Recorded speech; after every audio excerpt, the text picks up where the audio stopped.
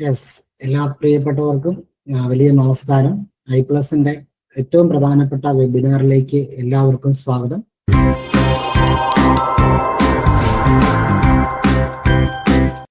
നിലവിൽ നമ്മുടെ പരീക്ഷയുടെ എക്സാം ഡേറ്റ് വന്നിരിക്കുകയാണ്. എനിക്ക് തോന്നുന്നു അക്കൗണ്ടന്റ് പരീക്ഷയിൽ ഏറ്റവും കൂടുതൽ ജോബ് ഓപ്പർച്യൂണിറ്റികൾ ഉള്ള പരീക്ഷ എന്ന് പറയുന്നത് തീർച്ചയായിട്ടും വേരിയസ് കമ്പനി ബോർഡ് നടത്തുന്ന ജൂനിയർ അക്കൗണ്ടന്റ് പരീക്ഷയാണ്. അപ്പം അത്രയധികം തൊഴിൽ സാഹചര്യങ്ങൾ തന്നെ അവിടെ ഡിമാൻഡ് ചെയ്യപ്പെടുന്നുണ്ട്. അതുകൊണ്ട് സ്വാഭാവികമായും നമ്മളെ സംബന്ധിച്ചിടത്തോളം വലിയൊരു സാധ്യതയാണ് ഈ പരീക്ഷയിൽ നമുക്ക് മുന്നിലുള്ളത്. ആ സാധ്യത എങ്ങനെ പ്രയോജനപ്പെടുത്തണം, സിലബസ് എങ്ങനെയാണ് വരുന്നത്, ഇതിന് മുമ്പുള്ള പരീക്ഷകളെ പറ്റിയുള്ള പ്രധാനപ്പെട്ട കാര്യങ്ങൾ, വസ്തുതകൾ എന്തൊക്കെയാണ്, ഇനി വരാൻ പോകുന്ന നടക്കാൻ പോകുന്ന പരീക്ഷയുടെ ഏപ്രിൽ 25-ന് നടക്കാൻ പോകുന്ന പരീക്ഷയുടെ വിശദാംശങ്ങളെ പറ്റി, അതോടൊപ്പം നമ്മൾ ഏത് തരത്തിലാണ് മുന്നോട്ട് പോകേണ്ടത് എന്ന് പറയുന്നതിനെ പറ്റി, ഏതൊക്കെ PYQ ക്വസ്റ്റ്യൻസുകൾ ഉൾപ്പെടെ നോക്കണം എന്നുള്ളതിനെ പറ്റിയൊക്കെയുള്ള വിശദമായിട്ടുള്ള ഒരു വെബിനാറാണ് നമ്മൾ ഉദ്ദേശിച്ചിരിക്കുന്നത്. തീർച്ചയായിട്ടും നിങ്ങൾക്ക് ഇതിൻ്റെ അകത്ത് വരുന്ന സംശയങ്ങൾ ചോദിക്കാം, നിങ്ങളുടെ അഭിപ്രായങ്ങൾ പറയാം. അപ്പൊ ആ തരത്തിലൊരു ഇന്ററാക്റ്റീവ് വേയിലാണ് നമ്മൾ ഈ സെക്ഷനുകൾ മുന്നോട്ട് പോകാൻ ആഗ്രഹിക്കുന്നത്. അപ്പൊ എല്ലാവർക്കും ഐപ്ലസിലെ ഈ വെബിനാറിലേക്ക്, ജൂനിയർ അക്കൗണ്ടന്റ് വെബിനാറിലേക്ക് ഹൃദ്യമായ സ്വാഗതം. നമുക്ക് ഇതിനു മുമ്പ് നടന്നിട്ടുള്ള പരീക്ഷയുടെ വിശദാംശങ്ങളിലേക്ക് വന്നു കഴിഞ്ഞാൽ 2 കാറ്റഗറിയിലായിട്ടാണ് പരീക്ഷ നടന്നത്. കാറ്റഗറി 611 ഉണ്ട്, 610 ഉണ്ട്. അങ്ങനെ 2 കാറ്റഗറിയിലാണ്. നമുക്ക് മുമ്പേ നടന്നവരെ നമുക്കൊന്ന് പരിശോധിക്കാതെ നമുക്ക് മുന്നോട്ട് പോകാൻ സാധിക്കുകയോ അല്ലെ? നമുക്ക് മുമ്പേ നടന്നു പോയെന്ന് പറയുമ്പോൾ നേരത്തെ വന്നിട്ടുള്ള പരീക്ഷയെ പറ്റി തീർച്ചയായിട്ടും നമ്മൾ ഒന്ന് പരാമർശിക്കണം. അപ്പം അതിൽ നിന്ന് എത്രമാത്രം ഇൻഫറൻസുകൾ നമുക്ക് എടുക്കാൻ പറ്റുന്നുണ്ട്, അതിൻ്റെ അകത്തുനിന്ന് എന്തെല്ലാം കാര്യങ്ങൾ നമുക്ക് പഠിക്കാനുണ്ട്. തീർച്ചയായിട്ടും ആ പഠനത്തിനെ ബേസ് ചെയ്തിട്ട് വേണം നമ്മുടെ മുന്നോട്ടുള്ള പോക്ക് കരുത്തായി മാറാൻ, അല്ലെ? അപ്പൊ സ്വാഭാവികമായിട്ട് നിങ്ങൾക്ക് ഓൾമോസ്റ്റ് കുറച്ച് ധാരണ ഉണ്ടെന്ന് ഞാൻ വിശ്വസിക്കുന്നത്. കാരണം ഈ കമ്പനി ബോർഡ് 2 കാറ്റഗറി നമ്പറിൽ തന്നെയാണ് അന്നും പരീക്ഷ നടന്നത്. 610-ഉം 611 ആയിരുന്നു. അതിൽ ആദ്യം നമ്മൾ പരിശോധിക്കുന്ന കാറ്റഗറി നമ്പർ 611/2021 വിശദാംശങ്ങളാണ്. പോസ്റ്റിന്റെ രീതി accounting clerk, accounting grade 2, junior account, store assistant grade 2, ആ തരത്തിലുള്ള പോസ്റ്റിന്റെ നെയിമിലൊന്നും വ്യത്യാസങ്ങളൊന്നുമില്ല. കാറ്റഗറി നമ്പർ നേരത്തെ സൂചിപ്പിച്ചതുപോലെ തന്നെ 611/2021 ആയിരുന്നു പരീക്ഷ. OMR എക്സാം തന്നെയായിരുന്നു. എക്സാം ഡേറ്റ് 25 സെപ്റ്റംബർ 2022 പരീക്ഷ വരുന്നത്.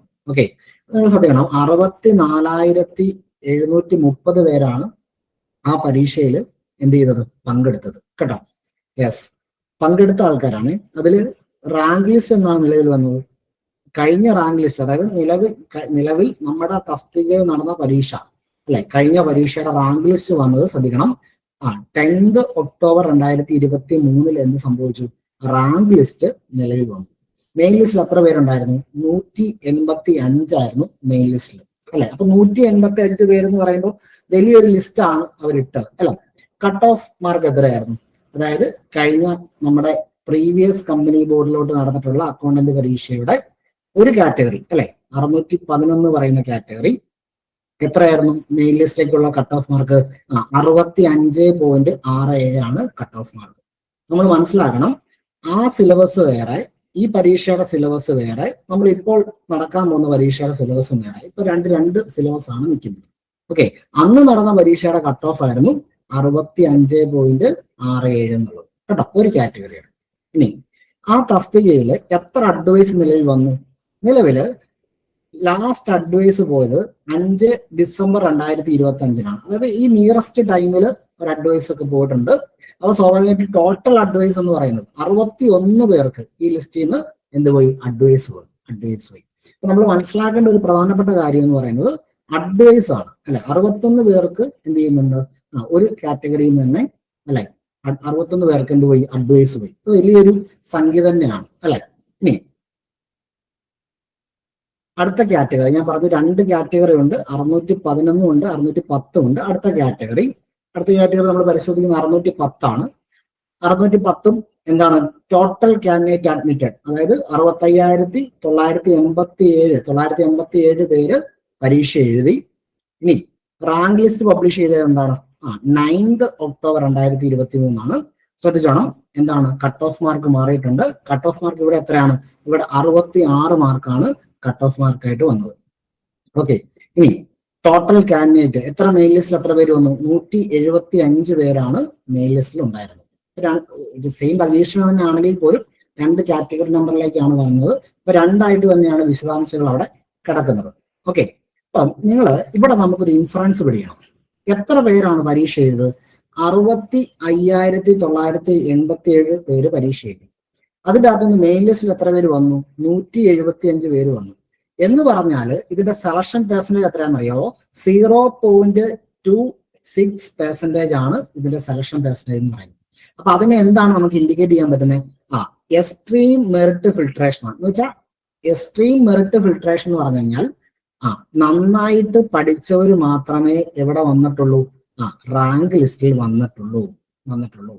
അപ്പൊ നിങ്ങൾ ആദ്യം തന്നെ മനസ്സിലാക്കേണ്ട ഒരു കാര്യം, ഈ 65,000 ആയിക്കോട്ടെ 90,000 ആയിക്കോട്ടെ ഫിഗർ എന്തും ആയിക്കോട്ടെ, ഏത് എക്സാമിൽ പങ്കെടുക്കുന്ന വിദ്യാർത്ഥികളുടെ എണ്ണം എന്തും ആയിക്കോട്ടെ, ഒരു 5% വിദ്യാർത്ഥികൾ മാത്രമേ, ഈ ടോട്ടൽ കാൻഡിഡേറ്റ്സിന്റെ അകത്ത് 5% വിദ്യാർത്ഥികൾ മാത്രമേ സാധാരണ രീതിയിൽ ഈ എക്സാമിനേഷനെ കുറച്ച് കരുതൽ അല്ലെങ്കിൽ കുറച്ച് മുൻഗണന കൊടുത്ത് പരീക്ഷ എഴുതാൻ വരാറുള്ളൂ. അതായത് എന്തെങ്കിലുമൊക്കെ വായിക്കുകയും പഠിക്കുകയും ചെയ്തിട്ട് വരുന്ന ഒരു 5% ആണ്. അതിൽ തന്നെ നിലവിലുള്ള സ്റ്റാറ്റിക്സ് അങ്ങനെയാണ് സൂചിപ്പിക്കുന്നത്. അതിൽ തന്നെ 3% ആൾക്കാരാണ് ഏത് സിലബസ് കൃത്യമായിട്ട് പഠിച്ചിട്ട് അത്യാവശ്യം PYQ കൂടെ എടുത്തു പോയി വരുന്നവർ. ഓക്കെ, പിന്നീട് വരുന്ന ഈ 2% ആണ് സിലബസും പഠിക്കും, PYQയും പഠിക്കും, അതോടൊപ്പം തന്നെ പ്രോപ്പർ റിവിഷനും ഉണ്ടാവും. ക്ലിയർ ആണെന്നുണ്ടോ? ഓക്കെ, അപ്പൊ ഇങ്ങനെ വരുന്ന ഈ 2% ആൾക്കാരാണ് ശരിക്കും മത്സരാർത്ഥികൾ എന്ന് പറയുന്നത് കേട്ടോ. അപ്പൊ അതിൽ താഴെയാണ് ആ 2%ൽ ഏറ്റവും എലിജിബിൾ കാൻഡിഡേറ്റ്സിനെയാണ് എങ്ങോട്ട് വരുന്നത്? നമ്മുടെ മെയിൻ റാങ്ക് ലിസ്റ്റിലേക്കും ടോപ്പ് 10ലും അല്ലെങ്കിൽ ടോപ്പ് 20യുടെ താഴെ വരുന്നു എന്ന് പറയും. അപ്പൊ സ്വാഭാവികമായിട്ട് നമ്മളിവിടെ മനസ്സിലാക്കേണ്ട ഒരു കാര്യം എന്ന് പറയുന്നത്, ഒരു കാൻഡിഡേറ്റ് അല്ലെങ്കിൽ ഒരു പരീക്ഷ എഴുതുന്ന ഉദ്യോഗാർത്ഥികളുടെ എണ്ണം അത് വലുതായതുകൊണ്ട് എന്തല്ല ആ മത്സരം എന്തെന്നല്ല നമ്മൾ പേടിക്കേണ്ടതായിട്ടൊരു ആവശ്യമില്ല.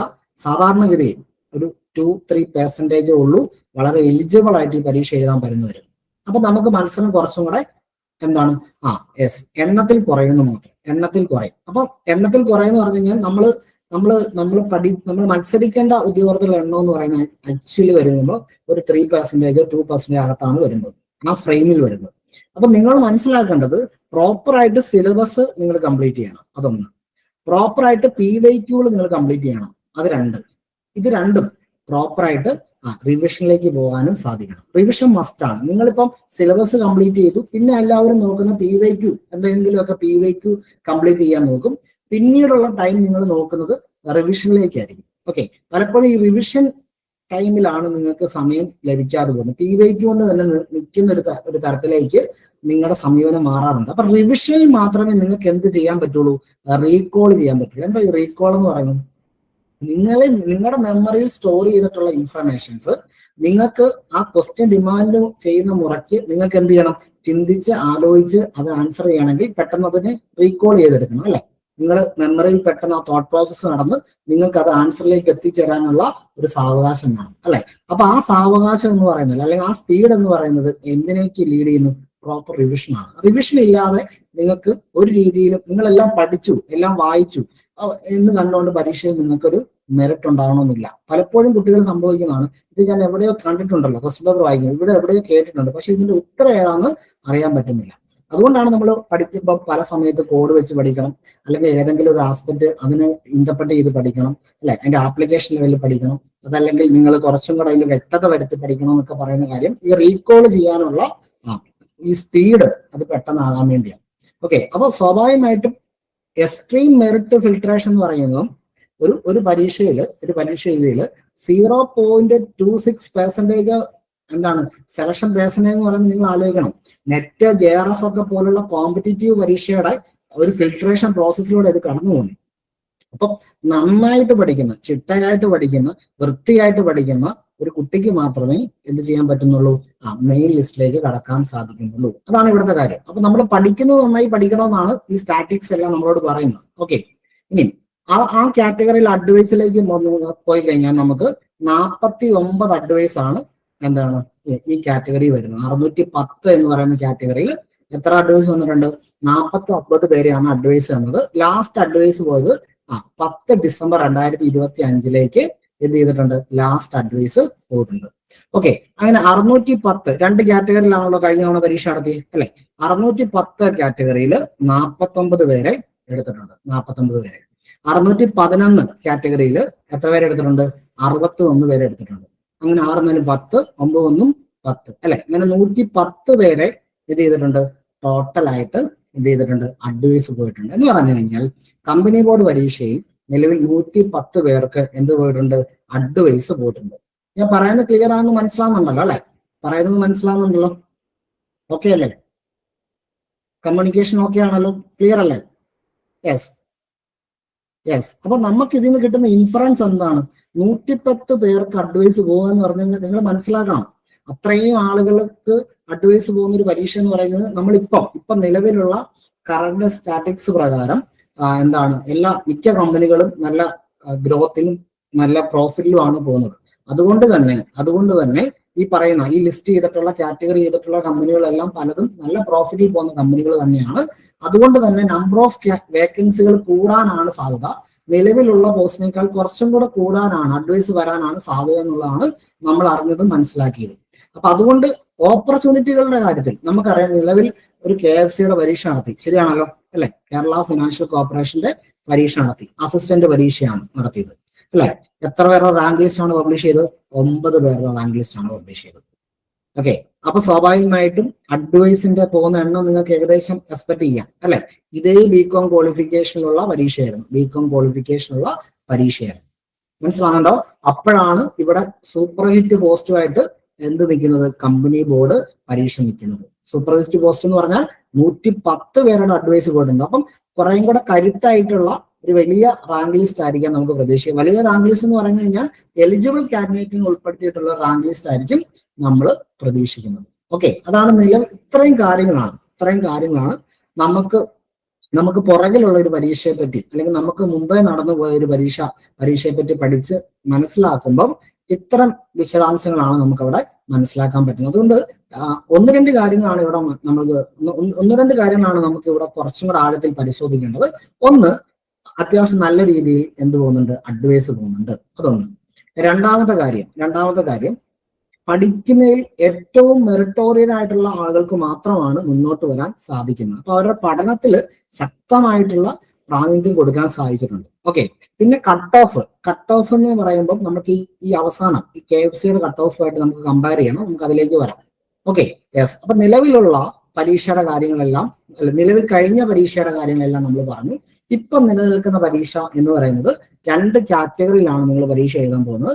Category number 363/2025, category number 364/2025. അങ്ങനെ 2 കാറ്റഗറിയിലായിട്ടാണ് നിങ്ങൾ പരീക്ഷ എഴുതാൻ വേണ്ടി പോകുന്നത്. ഓക്കെ, നമ്പർ ഓഫ് ആപ്ലിക്കൻസ് എത്രയാണ്? 93,509 കാറ്റഗറി നമ്പർ 363/2025 അതോടൊപ്പം തന്നെ കാറ്റഗറി രണ്ടാമത്തെ 364/2025 കാറ്റഗറിയിൽ 92,014 പേരും എന്ത് ചെയ്തിട്ടുണ്ട്? ആപ്ലിക്കന്റ് ആയിട്ട് വരുന്നുണ്ട് അല്ലെ. നമ്മളെ സംബന്ധിച്ചോളം ഏറ്റവും ഇമ്പോർട്ടന്റ് ആയിട്ടുള്ള ഡേറ്റ് എന്ന് പറയുന്നത്, നമ്മുടെ ഡയറിയിൽ നമ്മൾ ചുവപ്പ് മഷിയിൽ നമ്മൾ എഴുതിയിട്ടേക്കുന്ന ഡേറ്റ് ഏതാണ്? അത് 25/4/2026 ശനിയാഴ്ച, സാറ്റർഡേ അല്ലെ. നമ്മളെ സംബന്ധിച്ചോളം ആ ദിവസം വളരെ അടുത്താണ്, വളരെ ഇമ്പോർട്ടന്റ് ആയിട്ടുള്ള ഒരു ദിവസമാണ് അല്ലെ. ആ ദിവസത്തിന് വേണ്ടിയിട്ടുള്ള പരിശ്രമമാണ് നമുക്ക് മുന്നോട്ട് നമ്മൾ വെക്കുന്നത് അല്ലെ. അപ്പൊ നമ്മളെ സംബന്ധിച്ചോളം ഈ ഡേറ്റ് വളരെ ഇമ്പോർട്ടന്റ് ആണ്. അപ്പൊ ഓരോ ദിവസവും കഴിയുന്നവരും ഈ ഡേറ്റ് അടുത്തടുത്ത് വരികയാണ് അല്ലെ. അപ്പൊ നമ്മൾ ഓരോ ദിവസത്തെയും ഓരോ സമയത്തെയും വളരെ ക്രിയാത്മകമായിട്ട് നമ്മൾ എന്ത് ചെയ്യണം? ഇടപെടണം. അതാണ് നമുക്ക് ആ ഡേറ്റിനെ വെച്ചിട്ട് പറയാനുള്ളത്. Okay, yes. ഇനി നമ്മുടെ റഫറൻസ് എന്താണ്? നിലവിൽ ഈ പരീക്ഷ എഴുതാൻ പോകുമ്പോൾ ഉള്ള റഫറൻസ് എന്താണ്? റഫറൻസ് എന്ന് പറയുന്നത് കഴിഞ്ഞ പരീക്ഷകളെ സംബന്ധിച്ചോളം നമുക്ക് ഒറ്റ കാര്യം മാത്രമേ നമുക്ക് എടുക്കാൻ പറ്റുള്ളൂ. ഏതാണ്? 110 പേർക്ക് അഡ്വൈസ് കിട്ടി. അത് മാത്രമേ നമുക്ക് കഴിഞ്ഞ പരീക്ഷകളെ വിശകലനം ചെയ്തിട്ട് നമുക്ക് എടുക്കാനുള്ളൂ. കാരണം കഴിഞ്ഞ അക്കൗണ്ടന്റ് പരീക്ഷകളുടെ സിലബസിന് വ്യത്യസ്തമായിട്ട് കേരള ഫിനാൻഷ്യൽ കോർപ്പറേഷൻ KFC അല്ലെ അസിസ്റ്റന്റ് പരീക്ഷയ്ക്ക് വന്ന അതേ സിലബസ് തന്നെയാണ് എന്ത് ചെയ്തത്? കോപ്പി ചെയ്തു. എവിടെ ചെയ്തു കോപ്പി? നമ്മുടെ ഈ അക്കൗണ്ടന്റ് പരീക്ഷയ്ക്കും ഇതേ സിലബസ് തന്നെയാണ് നമ്മൾ എടുത്തിരിക്കുന്നത്, അല്ലെങ്കിൽ PSC നമുക്ക് തന്നിരിക്കുന്നത്. അപ്പൊ കേരള ഫിനാൻഷ്യൽ കോർപ്പറേഷന്റെ സിലബസും അക്കൗണ്ടന്റ് സിലബസും സെയിം ആയതുകൊണ്ട് തന്നെ ഈ പരീക്ഷയാണ് ഏത് പരീക്ഷ? കഴിഞ്ഞ സെപ്റ്റംബർ മാസം 13 2025 സെപ്റ്റംബർ മാസം 13 നടന്ന കേരള ഫിനാൻഷ്യൽ കോർപ്പറേഷന്റെ അസിസ്റ്റന്റ് പരീക്ഷ സിലബസ് ആണ് നമ്മൾ എന്ത് ചെയ്യേണ്ടത്? നമ്മൾ ബേസ് ചെയ്ത് പഠിച്ചു പോകേണ്ടത്. ആ സിലബസ് തന്നെയാണ് ഈ അക്കൗണ്ടന്റ് പരീക്ഷയും വന്നത്. നിങ്ങൾ ആലോചിച്ച് നോക്കുക, ആ പരീക്ഷയുടെ കട്ട് ഓഫ് മാർക്ക് എന്ന് പറയുന്നത് എത്രയാണ്? 73.67 ആണ് അല്ലെ? അപ്പൊ സ്വാഭാവികമായിട്ടും നമുക്കൊരു 75 മാർക്കെങ്കിലും കട്ട് ഓഫ് മാർക്ക് വരും, 75 കട്ട് ഓഫ് ആയി വരും. അപ്പൊ സ്വാഭാവികമായിട്ടും 75 കട്ട് ഓഫ് ആയിട്ട് വന്നു കഴിഞ്ഞാൽ നമുക്ക് ആദ്യത്തെ ഒരു 20-25 റാങ്ക് ലിസ്റ്റിന്റെ അകത്ത് വരണമെങ്കിൽ ഏത് തരത്തിലുള്ള ശ്രമം നമ്മൾ കൊണ്ടുപോകണം? അതാണ് നമ്മൾ ആലോചിക്കുന്നത്. 73.67 ആണ് നിലവിൽ ഇതേ സിലബസ് നടന്നിട്ടുള്ള കേരള ഫിനാൻഷ്യൽ കോർപ്പറേഷന്റെ അസിസ്റ്റന്റ് പരീക്ഷയുടെ കട്ട് ഓഫ്. സ്വാഭാവികമായിട്ടും നമ്മളെ സംബന്ധിച്ചോളം 73 നിർത്തിയാൽ പോരാ അല്ലെ? നമ്മളൊരു ഗോൾ വെക്കുമ്പോൾ കുറച്ചും കൂടെ എന്താണ് കുറച്ചും കൂടെ കമ്പാരിറ്റീവ്ലി ഗ്രോത്ത് ആയിട്ടൊരു ഗോൾ വെക്കണം അല്ലെ? അപ്പൊ 75 മാർക്ക് എന്നുള്ള ഒരു മാർക്കിലേക്ക് നമുക്ക് എസ്റ്റിമേറ്റ് ചെയ്യാം. ഓക്കെ, നിങ്ങളുടെ കപ്പാസിറ്റി അനുസരിച്ച് നിങ്ങൾക്ക് കൂട്ടിയാലും തെറ്റൊന്നുമില്ല കേട്ടോ. പക്ഷെ ഞാൻ ആവറേജ് ആണ് പറയുന്നത്. അപ്പൊ 75 മാർക്കൊക്കെ കട്ട് ഓഫ് വരാൻ സാധ്യതയുണ്ട്. അപ്പൊ അങ്ങനെ 75 മാർക്ക് വരുന്ന കഴിഞ്ഞാൽ ഇപ്പൊ എനിക്ക് 76 മാർക്ക് കിട്ടിക്കഴിഞ്ഞാൽ ഞാൻ ആ റാങ്ക് ലിസ്റ്റ് ഉൾപ്പെടുകയേ ഉള്ളൂ. അത് മതിയോ? അത് പോരാ അല്ലെ?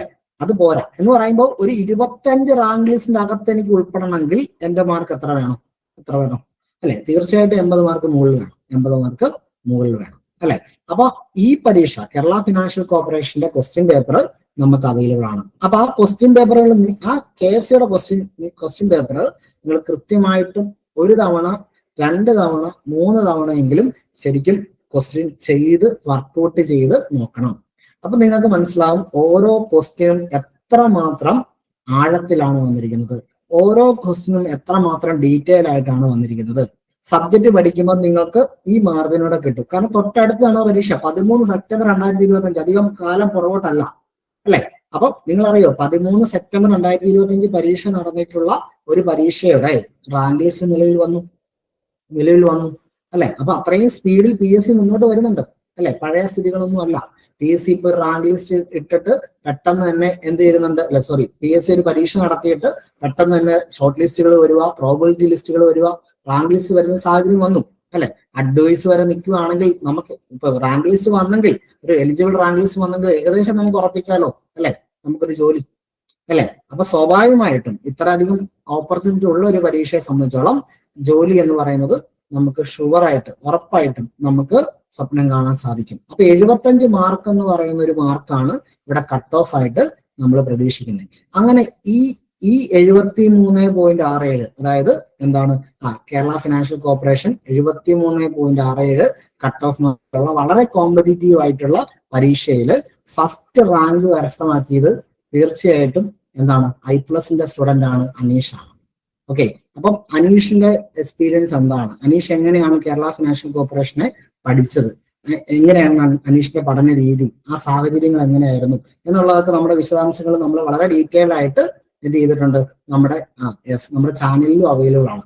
അതോടൊപ്പം തന്നെ അനീഷ് നമ്മളോട് ഇന്ന് സഹകരിക്കും, നിങ്ങളോട് കുറച്ച് കാര്യങ്ങളൊക്കെ ഷെയർ ചെയ്യാൻ സാധിക്കുമെന്നാണ് നമ്മൾ പ്രതീക്ഷിക്കുന്നത്. ഓക്കെ, അനീഷ് ഇവിടെ ഉണ്ടല്ലോ അല്ലെ? അനീഷ് കേൾക്കാവോ? ഓക്കെ ആണോ അനീഷ്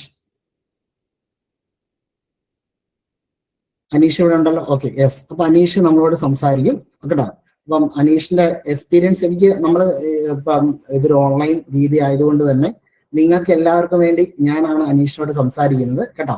നിങ്ങളുടെ ആശങ്ക ഞാൻ പങ്കുവെക്കുകയാണ്. നിങ്ങളുടെ ആശങ്ക എനിക്ക് തോന്നുന്നു ഈ കൺഫർമേഷൻ വന്ന് ഇത്ര നാൾക്കുള്ളിൽ പഠനത്തിന്റെ ഏറ്റവും നല്ല രീതിയിൽ ഉള്ള ഫോർമുല എന്തായിരുന്നു? അനീഷിനെ ഏറ്റവും കൂടുതൽ ഹെൽപ്പ് ചെയ്തിട്ടുള്ള ഫോർമുല എന്തായിരുന്നു പഠനത്തിൽ എന്നാണ് നമുക്ക് നോക്കാനുള്ളത്. അപ്പൊ അനീഷ് സംസാരിക്കാം. അനീഷ കേൾക്കാവോ? ഓക്കെ. അനീഷിന്റെ ഒരു പഠന രീതി ഓൾറെഡി നമ്മൾ ഒന്ന് സംസാരിച്ചായിരുന്നു. എങ്കിൽ പോലും ഓരോ സബ്ജക്റ്റ് ആയിട്ട് പറയുവാണെങ്കിലേ നമുക്ക് മാനേജ്മെന്റ് എങ്ങനെ ഉണ്ടായിരുന്നു, മാർക്കറ്റിംഗ് എങ്ങനെ ഉണ്ടായിരുന്നു, അനീഷിന്റെ സ്ട്രെങ്ത് ഏതായിരുന്നു, ഏത് ഏരിയ ആയിരുന്നു? എനിക്ക് അത് കുറച്ച് ബുദ്ധിമുട്ട് തോന്നിയത് ഫിനാൻഷ്യൽ മാനേജ്മെന്റ് ആയിരുന്നു. ബാക്കി സബ്ജക്റ്റിന് വലിയ കുഴപ്പമില്ലായിരുന്നു. Okay okay. യെസ്, നിങ്ങളുടെ ഡൗട്ട് എന്തെങ്കിലും ഇടാം കേട്ടോ. നിങ്ങളുടെ ഡൗട്ട് മെസ്സേജ് ആയിട്ട് ഇടാം, ഞാൻ അനീഷുമായിട്ട് സംസാരിക്കാം. നിങ്ങളുടെ ഡൗട്ടുകൾ എന്തെങ്കിലും ഉണ്ടെങ്കിൽ നിങ്ങൾക്ക് മെസ്സേജ് ആയിട്ട് ഇടാം, ഞാൻ അനീഷോട് സംസാരിക്കാം. അനീഷ് ഒരു ഓവറോൾ ഒരു പിക്ചർ പറഞ്ഞാൽ മതി കേട്ടോ. ഓവറോൾ ഒരു പിക്ചർ പറഞ്ഞാൽ മതി. ഓക്കെ. Yes,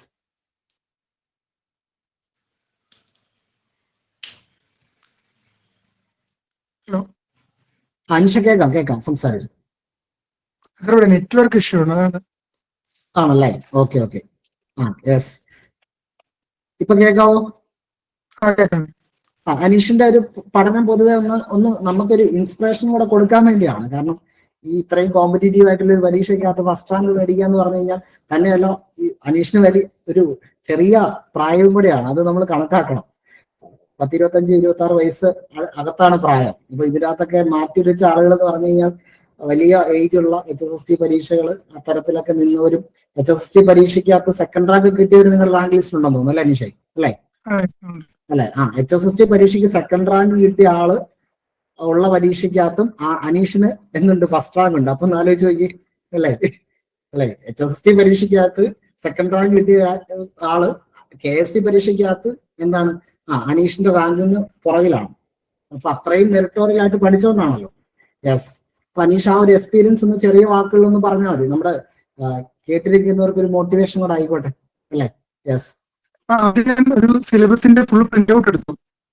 okay. ഓരോ ദിവസം ഏതൊക്കെ പഠിക്കണമെന്ന് വെച്ച്. ഓക്കെ.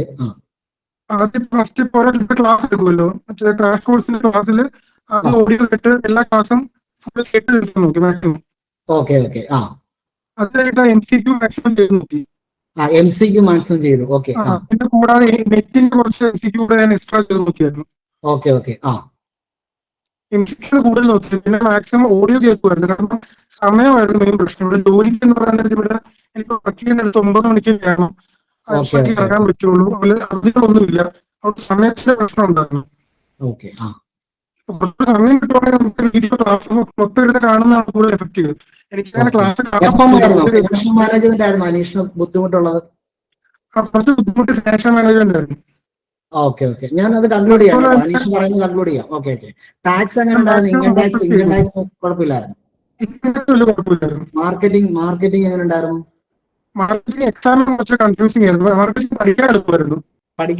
ക്വസ്റ്റ്യൻ വന്നപ്പോൾ കൺഫ്യൂസിംഗ് ആയി. കൺഫ്യൂസിംഗ് ആയി. ഞാനത് സംസാരിക്കാം. മാനേജ്മെന്റ് കുറച്ചും കൂടെ സ്ട്രക്ചേർഡ് ചോദ്യങ്ങളല്ലേ അല്ലെ? സിലബസിന്റെ അകത്തുനിന്നല്ലേ ചോദിക്കുന്നത്? നമ്മൾ എടുത്ത് തന്നെ. എക്കണോമിക്സും നമ്മൾ എടുത്തതിന്റെ അകത്തുനിന്നാണ് കൂടുതൽ വന്നത് അല്ലെ? വളരെ എളുപ്പമായിരുന്നു, പഠിക്കാൻ എളുപ്പമായിരുന്നു, എക്സാം സിമ്പിൾ ആയിരുന്നു. Okay okay. ലോ എങ്ങനെയുണ്ടായിരുന്നു? കമ്പനിയിലെ കുറച്ച് ചില ട്രിക്കിയായിരുന്നു, ബാക്കിയൊക്കെ എളുപ്പമായിരുന്നു. കോസ്റ്റിംഗ് എങ്ങനെ ഉണ്ടായിരുന്നു അനീഷ? കോസ്റ്റിംഗ് പൊതുവെ എനിക്ക് എളുപ്പമായിരുന്നു. ഞാൻ CMA പഠിച്ചുകൊണ്ട് എനിക്ക്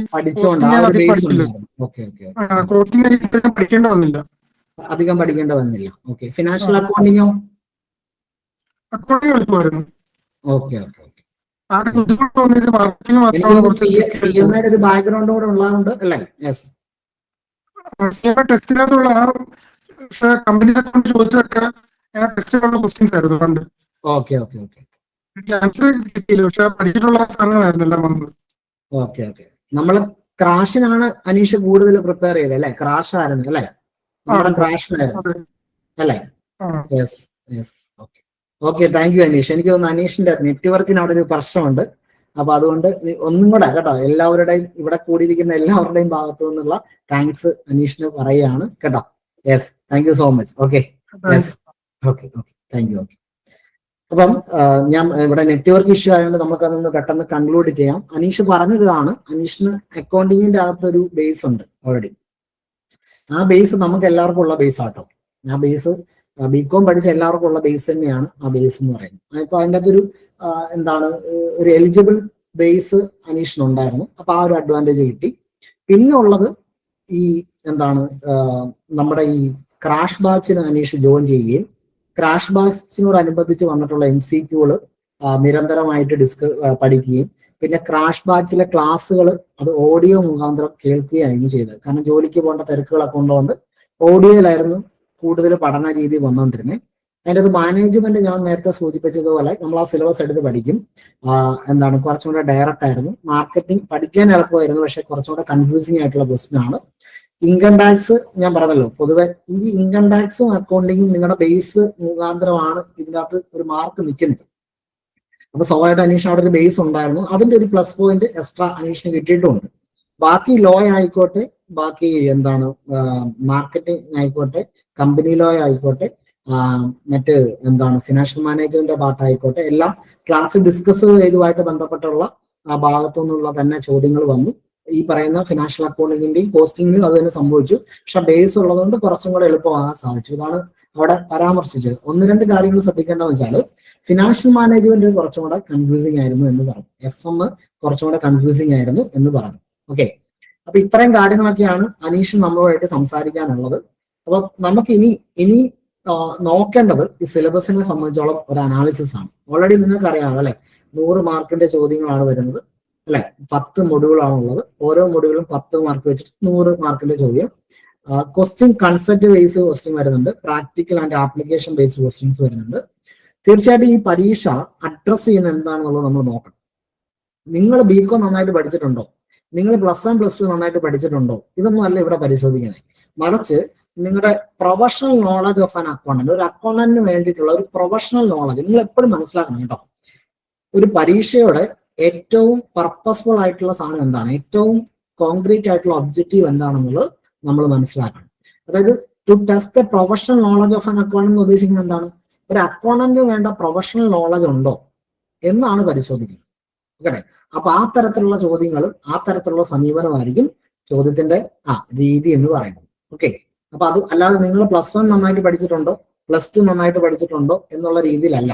ഓക്കെ, അപ്പൊ ഇവിടെ നമ്മളൊരു എന്താണ് ഒരു ഷോർട്ട് അനാലിസിസ് നമ്മൾ നടത്തുന്നുണ്ട് നമ്മുടെ സിലബസുമായിട്ട് ബന്ധപ്പെട്ട്. മൊഡ്യൂൾ 1 അക്കൗണ്ടിങ് ആണ് വരുന്നത്. സ്വാഭാവികമായിട്ട് നിങ്ങൾ സിലബസ് കണ്ടിട്ടുണ്ട്, 10 മാർക്കിന്റെ ആണ് വരുന്നത്. അക്കൗണ്ടിങ് കൺസെപ്റ്റ് എന്ന് ഉറപ്പായും ചോദ്യമുണ്ട്. അക്കൗണ്ടിങ് കൺസെപ്റ്റ് എന്ന് ഉറപ്പായും ചോദ്യമുണ്ട്. ഈ ചോദ്യങ്ങൾ സാധാരണഗതിയിൽ ഇപ്പൊ കൺവെൻഷൻ ഓഫ് കൺസർവേറ്റീവ്സ് ആയിക്കോട്ടെ, അല്ലെങ്കിൽ എന്താണ് അക്രൂവൽ കൺസെപ്റ്റ് ആയിക്കോട്ടെ, മാച്ചിങ് കൺസെപ്റ്റ് ആയിക്കോട്ടെ, ആ തരത്തിൽ പൊതുവായി ചോദിക്കുന്ന കുറെ എന്താണ് ബൾക്ക് ഓഫ് ചോദ്യങ്ങളുണ്ട്. എന്നിരുന്നാലും കുറച്ച് വെറൈറ്റി ചോദ്യങ്ങളും സാധാരണഗതിയിൽ കാണുന്നുണ്ട്. പിന്നെ അക്കൗണ്ടിങ് കൺസെപ്റ്റുകൾ വരുന്നുണ്ട്, പ്രിൻസിപ്പിൾസ് വരുന്നുണ്ട്, അക്കൗണ്ടിങ് സ്റ്റാൻഡേർഡുകൾ വരുന്നുണ്ട്. നമുക്കറിയാം മാച്ച് ദ ഫോളോയിങ് ആയിട്ട് ബന്ധപ്പെട്ടൊക്കെ സ്റ്റാൻഡേർഡുകൾ എപ്പോഴും ചോദിച്ചുകൊണ്ടിരിക്കുന്നതാണ്. അപ്പൊ അക്കൗണ്ടിങ് സ്റ്റാൻഡേർഡുകൾ ഷുവർ ക്വസ്റ്റ്യൻ ആണ്. Financial accounting of sole trader and കമ്പനീസിന്റെയും സോൾ ട്രേഡിന്റെയും ഫൈനൽ അക്കൗണ്ടുകൾ നന്നായിട്ട് നോക്കേണ്ടതായിട്ടുണ്ട്. അപ്പൊ അത് നമ്മൾ ആ +1 +2 തൊട്ടുള്ള ഭാഗങ്ങൾ നമ്മൾ പഠിക്കേണ്ടതായിട്ടുണ്ട്. ഓക്കെ, ഇപ്പൊ കമ്പനി അക്കൗണ്ട്സ് ഒക്കെ വരുമ്പോൾ നമുക്കറിയാം നമുക്ക് അഡ്ജസ്റ്റ്മെന്റുകളൊക്കെ വരുന്നുണ്ട് അല്ലെ. ഇപ്പം എന്താണ് ഡ്രോയിങ്സിന്റെ അഡ്ജസ്റ്റ്മെന്റുകൾ വരുന്നുണ്ട്, പ്രോസസ് സ്റ്റോക്കിന്റെ അഡ്ജസ്റ്റ്മെന്റ് വരുന്നുണ്ട്, ഡെപ്റ്റേഴ്സിന്റെ അഡ്ജസ്റ്റ്മെന്റുകൾ വരുന്നുണ്ട്, പിന്നെന്താണ് പ്രൊവിഷന്റെ അഡ്ജസ്റ്റ്മെന്റുകൾ വരുന്നുണ്ട്. ഓക്കെ, ഈ സ്റ്റോക്കിന്റെ അഡ്ജസ്റ്റ്മെന്റുകൾ വരുന്നുണ്ട്. അപ്പൊ ആ ഭാഗമൊക്കെ +1 +2 തൊട്ട് നിങ്ങൾ എപ്പോഴും ശ്രദ്ധിച്ചോണം. അക്കൗണ്ടിങ് നിങ്ങൾ പഠിക്കുമ്പം +1 +2 എന്ന് നിങ്ങൾ തുടങ്ങാവുള്ളൂ. നിങ്ങൾ നേരെ പോയി BComന്റെ ടെസ്റ്റുകളൊന്നും എടുത്ത് പഠിക്കരുത്. +1 +2ന്റെ ടെസ്റ്റുകൾ നിന്നുകൊണ്ട് വേണം തുടങ്ങാൻ കേട്ടോ. പാർട്ട്ണർഷിപ്പും നമുക്ക് എവിടെയുണ്ട്, +1 +2ന്റെ ബാക്ക്ഗ്രൗണ്ടിലുണ്ട്. ഏത് പാർട്ട്ണർഷിപ്പ് കേട്ടോ. അവിടെ അഡ്മിഷൻ ഉണ്ട്, റിട്ടയർമെന്റ് ഉണ്ട്, ഡിസൊല്യൂഷൻ ഉണ്ട്. കൃത്യമായിട്ട് പഠിച്ചിരിക്കണം കേട്ടോ, കൃത്യമായിട്ട് പഠിച്ചിരിക്കണം. ഇവിടെ ഇപ്പൊ നമ്മളോട് സാക്രിഫൈസിങ് റേഷ്യോ, ഗെയിനിങ് റേഷ്യോ, അത്തരത്തിലുള്ള ചോദ്യങ്ങളൊക്കെ അപ്പുറത്തേക്ക് ഇതിന്റെയൊക്കെ ഒരു ഇപ്പൊ റീവാലുവേഷൻ എന്താണ് അക്കൗണ്ട് വരുന്നുണ്ട്, റിയലൈസേഷൻ അക്കൗണ്ട് വരുന്നുണ്ട്. ഓക്കെ, യെസ്, അങ്ങനെ ഇപ്പൊ പാർട്ട്നേഴ്സിന്റെ ക്യാപിറ്റൽ അക്കൗണ്ട് അല്ലെ, ഫ്ലക്ച്വേറ്റിംഗ് ക്യാപിറ്റൽ അക്കൗണ്ട് വരുന്നുണ്ട് അല്ലെ, ഫിക്സ്ഡ് ക്യാപിറ്റൽ അക്കൗണ്ട് വരുന്നുണ്ട്. അപ്പൊ ആ തരത്തിലുള്ള എന്താണ് ഫ്ലക്ച്വേറ്റിംഗും ഫിക്സ്ഡും എന്താണ് വ്യത്യാസം, അത്തരത്തിലുള്ള ചോദ്യങ്ങളൊക്കെയാണ് ആ ഒരു സ്റ്റേറ്റ് ഓഫ് മൈൻഡിലുള്ള ചോദ്യങ്ങളാണ് ആ ഭാഗത്തു നിന്നൊക്കെ വരുന്നത്. അപ്പൊ അവിടെ പ്രോബ്ലം നോക്കുന്നതിൽ തെറ്റൊന്നുമില്ല കേട്ടോ. നിങ്ങൾ ഇപ്പം അത് നിങ്ങൾ പണ്ടത്തെ പഠനം നിങ്ങൾ ഓർമ്മയുണ്ടോന്ന് എനിക്ക് സംശയമുണ്ട്. നിങ്ങൾ ജസ്റ്റ് ഒന്ന് ഓർത്തു നോക്കി. നിങ്ങൾ അഡ്മിഷൻ ഇപ്പൊ ഒരു പാർട്ട്ണർ അഡ്മിറ്റ് ചെയ്യുമ്പോൾ ഉള്ള ഒരു 3-4 ടൈപ്പ് പ്രോബ്ലം ഉണ്ട്, മനസ്സിലാവുണ്ടോ? അപ്പൊ അങ്ങനെ ഈ പ്രോബ്ലത്തിന് തന്നെ ഒരു സാധാരണഗതിയിൽ ഒരു സിമിലാരിറ്റി ഉണ്ട്. അപ്പൊ അത്തരത്തിലുള്ള 1-2 പ്രോബ്ലം നിങ്ങളൊന്ന് ഒന്ന് പഠിച്ചു വെച്ച് കഴിഞ്ഞാൽ അത് ക്ലിയർ ആയിരിക്കും. ഇപ്പൊ നമ്മൾ 1/3 എന്നുള്ള രീതിയിൽ എടുക്കുന്നു, അല്ലെ, സറണ്ടർ ചെയ്തിട്ട് എടുക്കുന്നു, അങ്ങനെ 2-3 കണ്ടീഷൻ ഉണ്ട്. അപ്പൊ അങ്ങനെ കണ്ടീഷനുള്ള പ്രോബ്ലംസുകളൊക്കെ നോക്കുന്നതാണ്. പ്രോബ്ലം അവിടെ സ്കിപ്പ് ചെയ്യേണ്ട ആവശ്യമില്ല കേട്ടോ. കൺസൈൻമെന്റ് അക്കൗണ്ടിങ് വളരെ ഇമ്പോർട്ടന്റ് ആണ്. കൺസൈനറുമായിട്ട് ബന്ധപ്പെട്ട കാര്യങ്ങൾ ഇവിടെ കുറച്ചും കൂടെ സ്റ്റേറ്റ്മെന്റ് രൂപത്തിലുള്ള ചോദ്യങ്ങളാണ് വരുന്നത്. ഇപ്പൊ നമ്മൾ തന്നെ ഒരുപാട് നമ്മുടെ ചാനലിലൊക്കെ കൺസൈൻമെന്റുമായിട്ട് ബന്ധപ്പെട്ട് ഒരുപാട് ചോദ്യങ്ങൾ ഇട്ടിട്ടുണ്ട്. അപ്പൊ മാക്സിമം MCQ ഡെവലപ്പ് ചെയ്ത് പഠിച്ചു കഴിഞ്ഞാൽ കൺസൈൻമെന്റ് കുറേ കൂടെ ഭദ്രമാണ്. പിന്നെ വരുന്നത് കമ്പ്യൂട്ടറൈസ്ഡ് അക്കൗണ്ടിങ് ആണ്. കമ്പ്യൂട്ടറൈസ്ഡ് അക്കൗണ്ടിങ് നന്നായിട്ട് പഠിക്കണം കേട്ടോ. കമ്പ്യൂട്ടറൈസ്ഡ് അക്കൗണ്ടിങ് നിങ്ങൾ പഠിച്ചു കഴിഞ്ഞാൽ വളരെ സുന്ദരമായിട്ട് നിങ്ങൾക്ക് ചോദ്യം ആൻസർ ചെയ്യാൻ പറ്റും. ഉദാഹരണം പറഞ്ഞാൽ കുറെ കമ്പ്യൂട്ടർ സോഫ്റ്റ്വെയറുകൾ പഠിക്കണം. ഓക്കെ, ഇപ്പൊ താഴെ തന്നിരിക്കുന്ന ഏതൊക്കെയാണ് കമ്പ്യൂട്ടർ സോഫ്റ്റ്വെയറുകൾ, അങ്ങനെയൊക്കെ ചോദ്യങ്ങൾ വരാം കേട്ടോ. അപ്പൊ ആ ഭാഗം നന്നായിട്ട് മനസ്സിലാക്കണം. FM അത് കോസ്റ്റ് ഓഫ് ക്യാപിറ്റൽ ആയിക്കോട്ടെ, ഫിനാൻഷ്യൽ ഡിസിഷൻ ആയിക്കോട്ടെ, ക്യാപിറ്റൽ സ്ട്രക്ചർ ആയിക്കോട്ടെ, വർക്കിംഗ് ക്യാപിറ്റൽ ആയിക്കോട്ടെ, ഈ വർക്കിംഗ് ക്യാപിറ്റലിന്റെ ഭാഗമായിട്ടുള്ള ക്യാഷ്, റിസീവബിൾസ്, ഇൻവെന്ററി ഏതും ആയിക്കോട്ടെ, എണ്ണയിട്ട യന്ത്രം പോലെ പഠിച്ചോണം. ഓക്കെ, ഡിവിഡന്റ് പോളിസി, അവിടെ തന്നെ സ്റ്റോക്ക് സ്പ്ലിറ്റ് വരുന്നുണ്ട്, ബൈബാക്ക് വരുന്നുണ്ട്. ഈ സ്റ്റോക്ക് സ്പ്ലിറ്റ് ഒക്കെ എപ്പോഴും ചോദിക്കണം കേട്ടോ. കഴിഞ്ഞ സെക്കൻഡ് ഇത് ഡയറക്റ്റ് ഈ സിലബസിൽ ഡയറക്റ്റ് ചോദിച്ചിട്ടുള്ള ചോദ്യങ്ങൾ. ഉദാഹരണം പറഞ്ഞാൽ ഡിവിഡന്റ് പോളിസി അല്ല ചോദിച്ചേക്കുന്നത്, അല്ലെ, ഡിവിഡന്റ് പോളിസിയാണ്. അപ്പൊ ഡിവിഡന്റ് പോളിസി ആയിട്ട് ബന്ധപ്പെട്ട് ഒരു ഹോം മെയ്ഡ് ഡിവിഡന്റ് എന്ന് പറയുന്ന ഒരു സാധനമുണ്ട്, ഹോം മെയ്ഡ് ഡിവിഡന്റ്. ഓക്കെ, അപ്പൊ ഈ ഡിവിഡന്റ് പോളിസി ആയിട്ട് ഹോം മെയ്ഡ് ഡിവിഡന്റ് എങ്ങനെയാണ് നിൽക്കുന്നത്? ഓക്കെ, അപ്പൊ ഡിവിഡന്റ് പോളിസി ആയിട്ട് റീറ്റേൺഡ് ഏർണിങ്സിന് എന്താണ് ബന്ധം? ഡിവിഡന്റ് പോളിസി ആയിട്ട് ഇംപ്ലിസിറ്റ് കോസ്റ്റിന് എന്താണ് ബന്ധം? ഡിവിഡന്റ് പോളിസി ആയിട്ട് ഓപ്പർച്യൂണിറ്റി കോസ്റ്റിന് എന്താണ് ബന്ധം? ഈ തരത്തിലുള്ള ചോദ്യങ്ങളൊക്കെയാണ് വരുന്നത്. അല്ലാതെ ഡിവിഡന്റ് പോളിസി, ഇപ്പൊ ടൈപ്പ് ഓഫ് ഡിവിഡന്റ് പോളിസി എന്ന് പറഞ്ഞാൽ സിലബസിൽ എന്താ ഉള്ള dividend policy, type of dividend policy ഉണ്ട്, അല്ലെ, കൺസർവേറ്റീവ് ഡിവിഡന്റ്, അങ്ങനെ പല ടൈപ്പ് ഡിവിഡന്റ് പോളിസി ഉണ്ട്. സ്റ്റോക്ക് പ്ലസ് ഡിവിഡന്റ് പോളിസി ഉണ്ട്, അല്ലെ, ക്യാഷ് ഡിവിഡന്റ് പോളിസി ഉണ്ട്, അല്ലെ, അങ്ങനെ fixed percentage of dividend policy ഉണ്ട്, അങ്ങനെ ടൈപ്പ് ഉണ്ട്. ആ ടൈപ്പ് മാത്രമല്ല ചോദ്യം വരുന്നത്, മനസ്സിലാണോ? ആ ടൈപ്പ് മാത്രമല്ല, അതായത് ഡിവിഡന്റ് പോളിസിയുടെ ഇമ്പാക്റ്റുകളാണ് ചോദിക്കുന്നത്. ഇപ്പൊ നമ്മൾ നേരത്തെ പറഞ്ഞതുപോലെ ഇപ്പൊ 100% ഡിവിഡന്റ് പോളിസി അപ്ഡേറ്റ് ചെയ്യുമ്പോൾ എന്താണ്, 0% ആണെങ്കിൽ എന്താണ്, റിസ്ക്കും റിട്ടേണും തമ്മിലുള്ള റിലേഷൻഷിപ്പിൽ ഡിവിഡന്റ് പോളിസി എങ്ങനെയായിരിക്കും, കോസ്റ്റ് ഓഫ് ക്യാപിറ്റൽ കൂടുമ്പോഴും കുറയുമ്പോഴും ഡിവിഡന്റ് പോളിസി എങ്ങനെയായിരിക്കും, ഇങ്ങനെ ഡിവിഡന്റ് പോളിസിനെ അഫക്ട് ചെയ്യുന്ന ഫാക്ടേഴ്സുകളെ വെച്ചുകൊണ്ടാണ് ചോദ്യങ്ങൾ സാധാരണ വരുന്നത്. മനസ്സിലാണ്ടോ? അപ്പൊ അങ്ങനെയുള്ള എഡ്ജുള്ള ചോദ്യങ്ങളൊക്കെ ആ ഭാഗത്ത് നിന്ന് വരും. FM ഞാൻ പറഞ്ഞല്ലോ, നിങ്ങൾ സ്റ്റാൻഡേർഡ് ആയിട്ട് പഠിക്കാൻ നിങ്ങൾക്ക് സ്റ്റാൻഡേർഡ് ആയിട്ട് പഠിക്കണമെങ്കിൽ കൺസെപ്റ്റ് ക്ലാരിറ്റി തന്നെ പഠിക്കണം. ടെക്സ്റ്റ് ബുക്കിന് അപ്പുറത്തേക്ക് ഒരു ഔട്ട് ഓഫ് ബോക്സ് തിങ്കിങ് ആവശ്യമുണ്ട് കേട്ടോ. നിങ്ങളുടെ സ്വതന്ത്രമായ ചിന്ത അവിടെ ആവശ്യമുണ്ട്, ഓപ്പൺ മൈൻഡ് ആയിട്ടുള്ള ഒരു ചിന്ത അവിടെ ആവശ്യമുണ്ട്. ആ തരത്തിൽ നിങ്ങൾ FM പഠിക്കണം, ക്ലിയർ ആയിട്ട് പഠിക്കണം കേട്ടോ. അങ്ങനെ പഠിച്ചാൽ മാത്രമേ നിങ്ങൾക്ക് ആൻസർ ചെയ്യാൻ പറ്റുള്ളൂ. ഇപ്പം അനീഷിനൊക്കെ അനീഷിന് ഈ FM കുറച്ച് പെർഫോമൻസ് വീക്കായിരുന്നു. അപ്പൊ അക്കൗണ്ടിങ്ങിലൊക്കെ ഉള്ള കുറച്ചും കൂടി സൗണ്ട് നോളജ് വെച്ചിട്ടാണ് അത് പരിഹരിക്കാൻ സംഭവിച്ചത്. മനസ്സിലാണോ? അപ്പൊ FM നന്നായിട്ട് പഠിച്ചോണം. കാരണം FM ഈ എക്സാം നിങ്ങൾ ശ്രദ്ധിച്ചു, ഈ എക്സാമിലൊക്കെ FM ആർക്കാണോ കൂടുതൽ അഡ്വാൻറ്റേജ് അവരൊക്കെ ആയിരിക്കും ഏറ്റവും ഉയർന്ന റാങ്ക് ലിസ്റ്റ് വരുന്നത്. കാരണം FM കുറച്ചും കൂടെ മാർക്ക് പോകാൻ സാധ്യത ഉള്ളത്. അടുത്ത കോസ്റ്റ് അക്കൗണ്ടിങ് ആണ്. കോസ്റ്റ് അക്കൗണ്ടിങ് വളരെ സിമ്പിൾ ആണ്. ഒന്ന് ബ്രേക്ക് ഈവൻ അനാലിസിസ് ഒക്കെ സിമ്പിൾ ആണ്. കോസ്റ്റ് റിഡക്ഷൻ എന്താണ്, കോസ്റ്റ് മാനേജ്മെന്റ് എന്താണ്, അതുമായിട്ട് ബന്ധപ്പെട്ട ടൂൾസ്, കാര്യങ്ങൾ, മാർജിനൽ കോസ്റ്റിംഗ്, സ്റ്റാൻഡേർഡ് കോസ്റ്റിംഗ്. ഇപ്പം ഒരു ചോദ്യം കഴിഞ്ഞ തവണ നമ്മൾ ഡിസ്കസ് ചെയ്താണ് ക്ലാസ്സിൽ തന്നെ. കോസ്റ്റ് ടെക്നിക്ക് എന്താണ്, കോസ്റ്റിംഗുമായിട്ട് ബന്ധപ്പെട്ട മെത്തേഡ് എന്താണ്, മെത്തേഡ് ടെക്നിക്ക് രണ്ടാം. അപ്പൊ അങ്ങനെയുള്ള ബേസ് ചോദ്യത്തിൽ നിന്നുകൊണ്ട് വളരെ ഇന്റലിജന്റ് ആയിട്ടുള്ള ചോദ്യങ്ങളിൽ തന്നെ വരും. ഇപ്പൊ മാർജിനൽ കോസ്റ്റിംഗ് ഏതാണ് വരുന്നത്, വേരിയബിൾ കോസ്റ്റ് ആണ് വരുന്നത്. എന്തുകൊണ്ടാണ് വേരിയബിൾ കോസ്റ്റ് വരുന്നത്? അങ്ങനെ നമ്മളോട് തന്നെ നമ്മൾ ചോദ്യങ്ങൾ ചോദിച്ച് വേണം പഠിച്ചു പോകാൻ കേട്ടോ. ഇനി ഓവർ ഹെഡ്, നിങ്ങളെ ഇതിനകത്ത് ഏറ്റവും ബുദ്ധിമുട്ടുള്ള ഭാഗവും നിങ്ങൾ ആഴത്തിൽ പഠിക്കേണ്ടതും ഓവർ ഹെഡ് കൺട്രോൾ. കാരണം ഓവർ ഹെഡുകളാണ് സാധാരണഗതിയിൽ ഈ പരീക്ഷകളിലെല്ലാം. ഞാൻ 1-2 ക്വസ്റ്റ്യൻസുകൾ നമ്മുടെ ക്ലാസ്സുകളിലൊക്കെ ഇടാൻ ശ്രമിക്കുന്നുണ്ട്. നമ്മുടെ കോഴ്സിലും നമ്മളത് ആഡ് ചെയ്ത് പോകുന്നുണ്ട്. ഓവർ ഹെഡുകൾ വരുമ്പോൾ നമ്മൾ ഈ ക്രാഷിന് വേണ്ടി ഓൾറെഡി നമ്മൾ റിസർച്ച് ചെയ്യുകയും വർക്ക് ചെയ്യുകയും ചെയ്യുകയാണ്. ഈ ഓവർ ഹെഡിനെ കണ്ടിന്യൂസ് ആയിട്ട് എന്ത് ചെയ്യുന്നുണ്ട്, ക്വസ്റ്റ്യൻസുകൾ വരുന്നുണ്ട് കേട്ടോ. അപ്പൊ അതുകൊണ്ട് ഓവർ ഹെഡുകൾ നിങ്ങൾ നന്നായിട്ട് വെയിറ്റേജ് കൊടുത്ത് പഠിക്കണം. അത് നിങ്ങൾ മാക്സിമം നല്ല രീതിയിൽ നല്ല ബുക്കുകൾ വായിക്കുകയാണെങ്കിൽ അത്രയും നല്ലതാണ്. പക്ഷെ ഈ സമയത്തിനുള്ളിൽ അത് പഠിച്ചെടുക്കണം എന്ന് ഒരു രീതിയിൽ തൊട്ട് കേട്ടോ. ഇത്രയും സമയത്തിനുള്ളിൽ തീരണം. മാനേജ്മെന്റ് ഞാൻ പറഞ്ഞല്ലോ, മാനേജ്മെന്റ് കണ്ടന്റ് ആണ് ഇമ്പോർട്ടന്റ്, അല്ലെ? കണ്ടന്റ് ആണ് ഇമ്പോർട്ടന്റ്. നേരത്തെ പറഞ്ഞത് അനീഷാണ് പറഞ്ഞതാണ്, നമ്മുടെ ക്ലാസ്സിൽ ചെയ്യിപ്പിച്ചതും പറഞ്ഞതുമായിട്ടുള്ള കാര്യങ്ങൾ മാത്രമേ മാനേജ്മെന്റിൽ വന്നിട്ടുള്ളൂ കേട്ടോ. അപ്പൊ സ്വാഭാവികമായിട്ടും മാനേജ്മെന്റ് ഫങ്ഷൻസ്, ഇവല്യൂഷൻസ്, ഇവിടെ ഇവല്യൂഷൻസിനകത്ത് തന്നെ മാനേജ്മെന്റ് തിയറികളും വരുന്നുണ്ട്. Then planning, type of planning അവിടെ വരുന്നുണ്ട്, ഓർഗനൈസിംഗിന്റെ ടൈപ്പ് വരുന്നുണ്ട്, സ്റ്റാഫിങ്ങിന്റെ തന്നെ സ്റ്റെപ്സ് ഒക്കെയാണ് അവിടെ ഇമ്പോർട്ടന്റ്. ഡയറക്ടിങ്ങിന്റെ തന്നെ ഡിഫറെന്റ് ഫോംസ് ഓഫ് ഡയറക്ടിങ് ഉണ്ട്. പിന്നെന്താണ്, കമ്പോണൻസ് ഓഫ് ഡയറക്ടിങ് ഉണ്ട്. പിന്നെ കൺട്രോളിന്റെ ടെക്നിക്കുകളൊക്കെ വളരെ ഇമ്പോർട്ടന്റ് ആണ്. ലീഡർഷിപ്പ് തിയറീസുകൾ, സ്റ്റൈൽസ് ഞാൻ പറയണ്ടല്ലോ ഇമ്പോർട്ടന്റ് ആണ്. മോട്ടിവേഷൻ തിയറീസ്, കണ്ടന്റ് തിയറിയും പഠിക്കണം, പ്രോസസ് തിയറിയും പഠിക്കണം. TQM, ടോട്ടൽ ക്വാളിറ്റി മാനേജ്മെന്റുമായിട്ട് ബന്ധപ്പെട്ട മുഴുവൻ ടൂൾസുകളും നന്നായിട്ട് മനസ്സിലാക്കുകയും പഠിക്കുകയും ചെയ്യണം. മാനേജറിയൽ എക്കണോമിക്സ് ഞാൻ പറഞ്ഞല്ലോ, പഠിച്ചു കഴിഞ്ഞാൽ 10 ഔട്ട് ഓഫ് 10 കിട്ടും. കാരണം വളരെ സ്ട്രക്ചേർഡ് ആയിട്ടുള്ള ഡയറക്റ്റ് ക്വസ്റ്റ്യൻസുകളാണ് ചോദിക്കുന്നത്. അവിടെ ഡിമാൻഡ് അനാലിസിസ് ആയിക്കോട്ടെ, ഇലാസ്റ്റിസിറ്റി ആയിക്കോട്ടെ, ഡിമാൻഡ് ഫോർകാസ്റ്റിംഗ് ആയിക്കോട്ടെ, പ്രൊഡക്ഷൻ തിയറി ആയിക്കോട്ടെ, പ്രൈസിങ് ആയിക്കോട്ടെ. ഇവിടെ ശ്രദ്ധിച്ചാണ്, ഇവിടെ പ്രൈസിങ് ഉണ്ട്. പക്ഷെ നമ്മൾ പ്രൈസിങ് മാർക്കറ്റിംഗിൽ നമ്മൾ പഠിക്കുന്നുണ്ട്, എക്കണോമിക്സിൽ നമ്മൾ പഠിക്കുന്നുണ്ട്. എക്കണോമിക്സിലെ പ്രൈസിങ് വരുമ്പോൾ ഈ ക്യാപിറ്റൽ സ്ട്രക്ചർ ഉണ്ടല്ലോ അല്ലെ, ക്യാപിറ്റൽ സ്ട്രക്ചർ എന്ന് പറഞ്ഞു കഴിഞ്ഞാൽ ഈ ക്യാപിറ്റൽ സ്ട്രക്ചർ അല്ല, പെർഫെക്റ്റ് കോമ്പറ്റീഷൻ, മോണോപോളിസ്റ്റ് കോമ്പറ്റീഷൻ, അങ്ങനെയൊക്കെ ആംഗിളിൽ പ്രൈസിങ് വരുന്നുണ്ട് കേട്ടോ. പിന്നെ ഈ ട്രാൻസ്ഫർ പ്രൈസിങ്, അങ്ങനെ ഒരുപാട് എലമെന്റുകൾ ഈ പ്രൈസിംഗിൽ വരുന്നുണ്ട്. അപ്പൊ ഈ പ്രൈസിംഗ് എന്ന് പറയുന്നത് കുറച്ചുകൂടെ എക്കണോമിക്സ് ഓറിയന്റഡ് ആയിട്ടുള്ള പ്രൈസിംഗ് ആണ്. ഇതൊക്കെ വളരെ ഇമ്പോർട്ടന്റ് ആണ്, വളരെ ഡീറ്റെയിലിംഗ് പോകേണ്ട സാധനമാണ്. ബിസിനസ് സൈക്കിള് നന്നായിട്ട് പഠിക്കണം. ബിസിനസ് സൈക്കിൾ പഠിക്കുമ്പോഴേ ഒരുപാട് എഡ്ജിൽ പഠിക്കണം കേട്ടോ. കാരണം ഡിഫറെന്റ് ഫോമിൽ ബിസിനസ് സൈക്കിളൊക്കെ ചോദിക്കാറുണ്ട് കേട്ടോ. സാധാരണ നമ്മൾ എന്താണ് ഒരു റൂട്ട്, ഇൻട്രൊഡക്ഷൻ, ഗ്രോത്ത്, ആ തരത്തിൽ പോകുന്നൊന്നും അല്ല ബിസിനസ് സൈക്കിള്. അതിന്റെ അപ്പുറത്തേക്ക് ഒരുപാട് കാഴ്ചകൾ അവിടെ വരുന്നുണ്ട്. കമ്പനി ലോ എന്ന് പറയുമ്പോൾ നമ്മൾ നേരത്തെ പറഞ്ഞ പോലെ അല്ലെ, institute of chartered accountants of India ICAI-യുടെ ഏറ്റവും ലേറ്റസ്റ്റ് ആയിട്ടുള്ള മെറ്റീരിയലുകൾ എടുത്തു വായിച്ച് നല്ല നോളജ്, നല്ല ഫാക്ട്സ് ഓറിയന്റഡ് ആയിട്ടുള്ള നോളജുകൾ വേണം.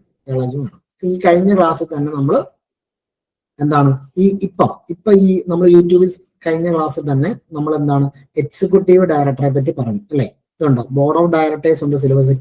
ഇപ്പൊ ബോർഡ് ഓഫ് ഡയറക്ടേഴ്സിൽ ഒരാളാണ് എക്സിക്യൂട്ടീവ് ഡയറക്ടർ എന്ന് പറയുന്നത് അല്ലെ. അപ്പൊ അതിന് ചോദ്യം വന്നു കേട്ടോ, മനസ്സിലാണോ? അപ്പൊ വളരെ നല്ല എഡ്ജുള്ള ചോദ്യങ്ങളാണ് വരുന്നത്. ബോർഡ് കമ്മിറ്റികൾ അല്ലെ, മീറ്റിങ്ങുകൾ, disclosure, annual return, winding up, liquidation procedure, ഇതൊക്കെ IBC കോഡ് അല്ലെ. അതൊക്കെ വളരെ വളരെ ഇമ്പോർട്ടന്റ് ആണ് അല്ലെ. IBC കോഡ്, കമ്പനി അഡ്മിനിസ്ട്രേഷൻസ്, ഇതെല്ലാം ഇമ്പോർട്ടന്റ് ആണ്. IBC വളരെ വളരെ വളരെ ഇമ്പോർട്ടന്റ് ആണ്. ക്യാപിറ്റൽ മാർക്കറ്റ് വരുമ്പം ഇവിടെ നിങ്ങൾക്ക് ക്യാപിറ്റൽ മാർക്കറ്റുമായിട്ട് ബന്ധപ്പെട്ട് നമ്മൾ ഒരുപാട് നിങ്ങൾക്ക് ഫെമിലിയർ അല്ലാത്ത ടേംസുകളുണ്ട്. പ്രത്യേകിച്ച് ഇപ്പം എന്താണ് ഈ ഒരു സ്റ്റോക്ക് ബ്രോക്കറുമായിട്ട് ബന്ധപ്പെട്ട കാര്യങ്ങൾ, അല്ലെങ്കിൽ അയാളുടെ ട്രാൻസാക്ഷനുമായിട്ട് ബന്ധപ്പെട്ട കാര്യങ്ങൾ, അയാളുടെ ട്രേഡുമായിട്ട് ബന്ധപ്പെട്ട കാര്യങ്ങൾ, ഒരുപാട് ഡോക്യുമെന്റ്സുകൾ ഒക്കെ വരുന്നുണ്ട്. ഓക്കെ, പ്രാക്ടിക്കൽ ഷെയർ മാർക്കറ്റിൽ നടക്കുന്ന ട്രേഡിങ്ങുമായിട്ട് ബന്ധപ്പെട്ട ഒരുപാട് ടെക്നിക്കൽ ടേമുകൾ വരുന്നുണ്ട്. അപ്പൊ അത്തരത്തിലുള്ള ഭാഗങ്ങൾ നിങ്ങൾ അവിടെ മനസ്സിലാക്കണം. സ്റ്റോക്ക് എക്സ്ചേഞ്ചുകൾ, റെഗുലേഷൻസുകൾ.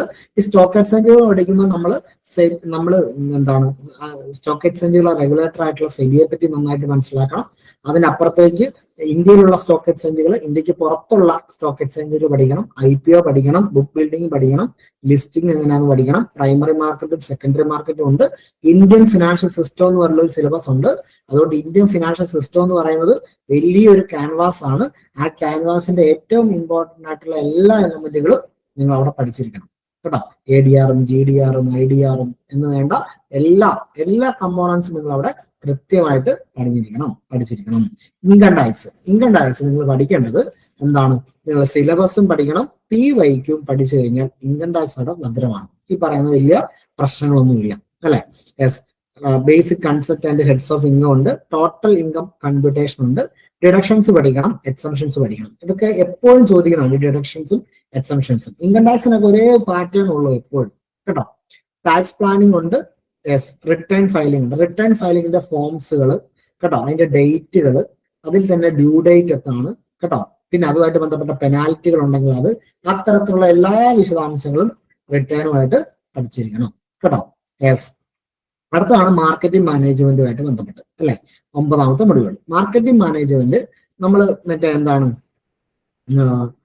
വളരെ സിമ്പിൾ ആയിട്ട് തോന്നും അല്ലെ, ഇത്രയൊക്കെ ഉള്ളൂ എന്ന് ഓർക്കുന്ന അല്ലെങ്കിൽ ഏറ്റവും സിമ്പിൾ ആയിട്ട് കാണുന്ന ഒരു സാധനമാണ്. പക്ഷെ ക്വസ്റ്റ്യൻ വരുമ്പം നല്ല ആറ്റം ബോംബ് പോലത്തെ ക്വസ്റ്റ്യൻ ആണ് വരുന്നത്.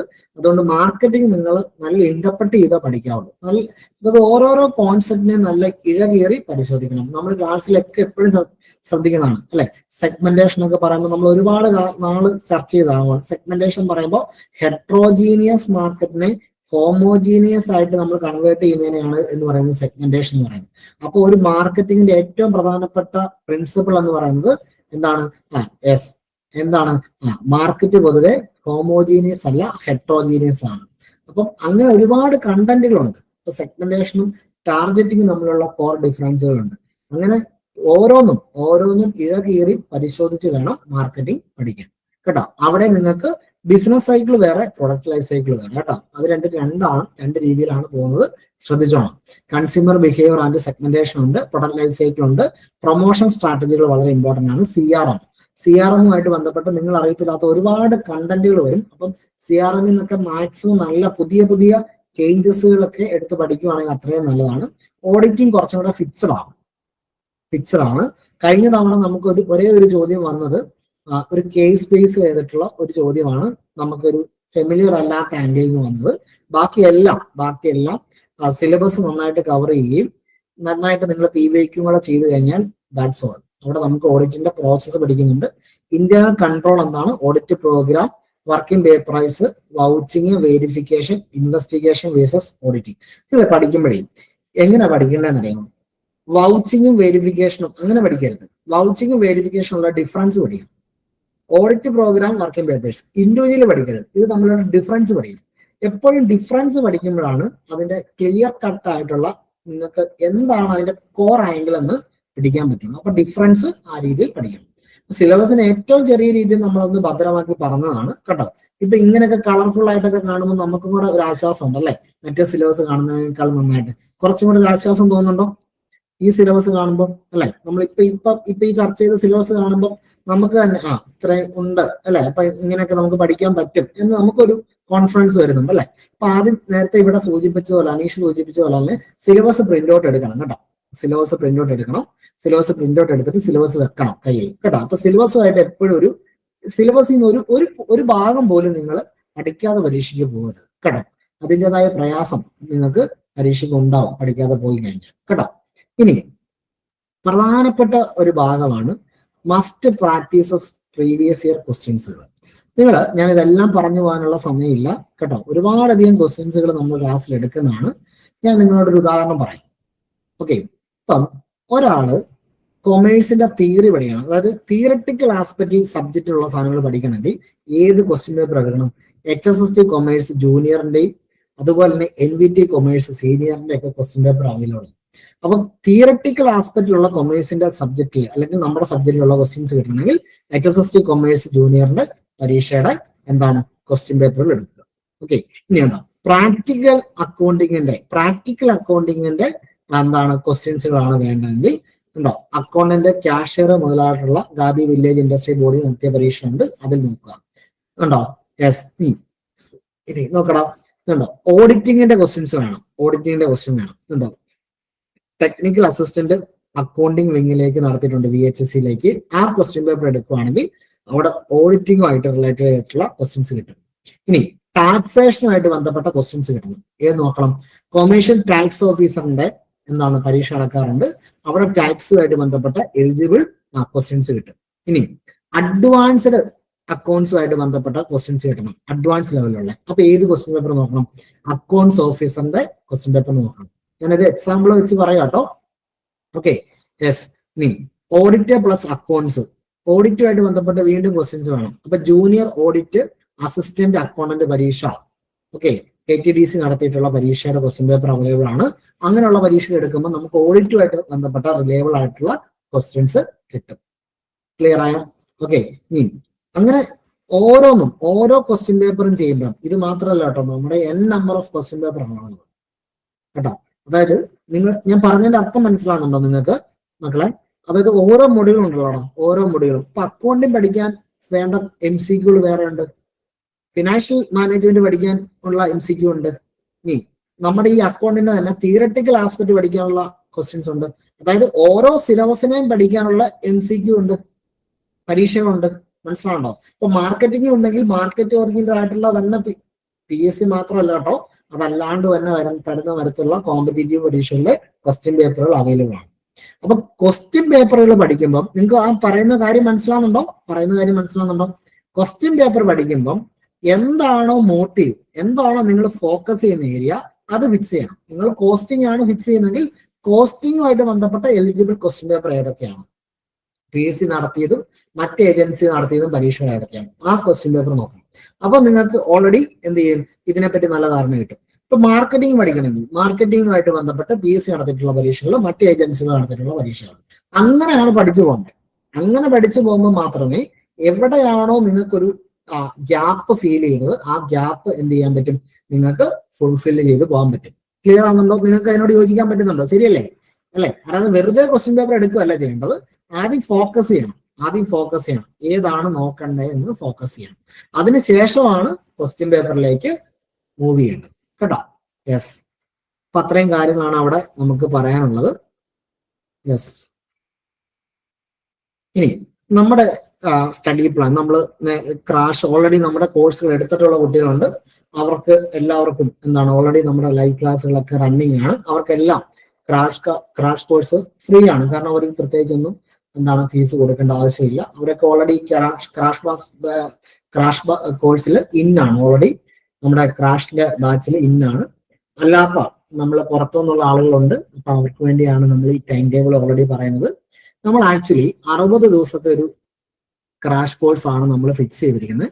അപ്പൊ അവിടെ നമ്മുടെ ഒരു സ്റ്റഡീസ് സ്ട്രാറ്റജി എന്ന് പറയുന്നത് നമുക്ക് 3 സൈക്കിളായിട്ടാണ് നമ്മൾ ഉദ്ദേശിക്കുന്നത്. ഫസ്റ്റ് സൈക്കിൾ ഉണ്ട്, സെക്കൻഡ് സൈക്കിൾ ഉണ്ട്, തേർഡ് സൈക്കിൾ ഉണ്ട്. ഓക്കെ, ദെൻ ഫോർത്ത് സൈക്കിൾ ഉണ്ട്. ഓക്കെ, ദെൻ റിവിഷൻ സൈക്കിൾ എന്ന് പറഞ്ഞ വേറെ സൈക്കിളും ഉണ്ട്.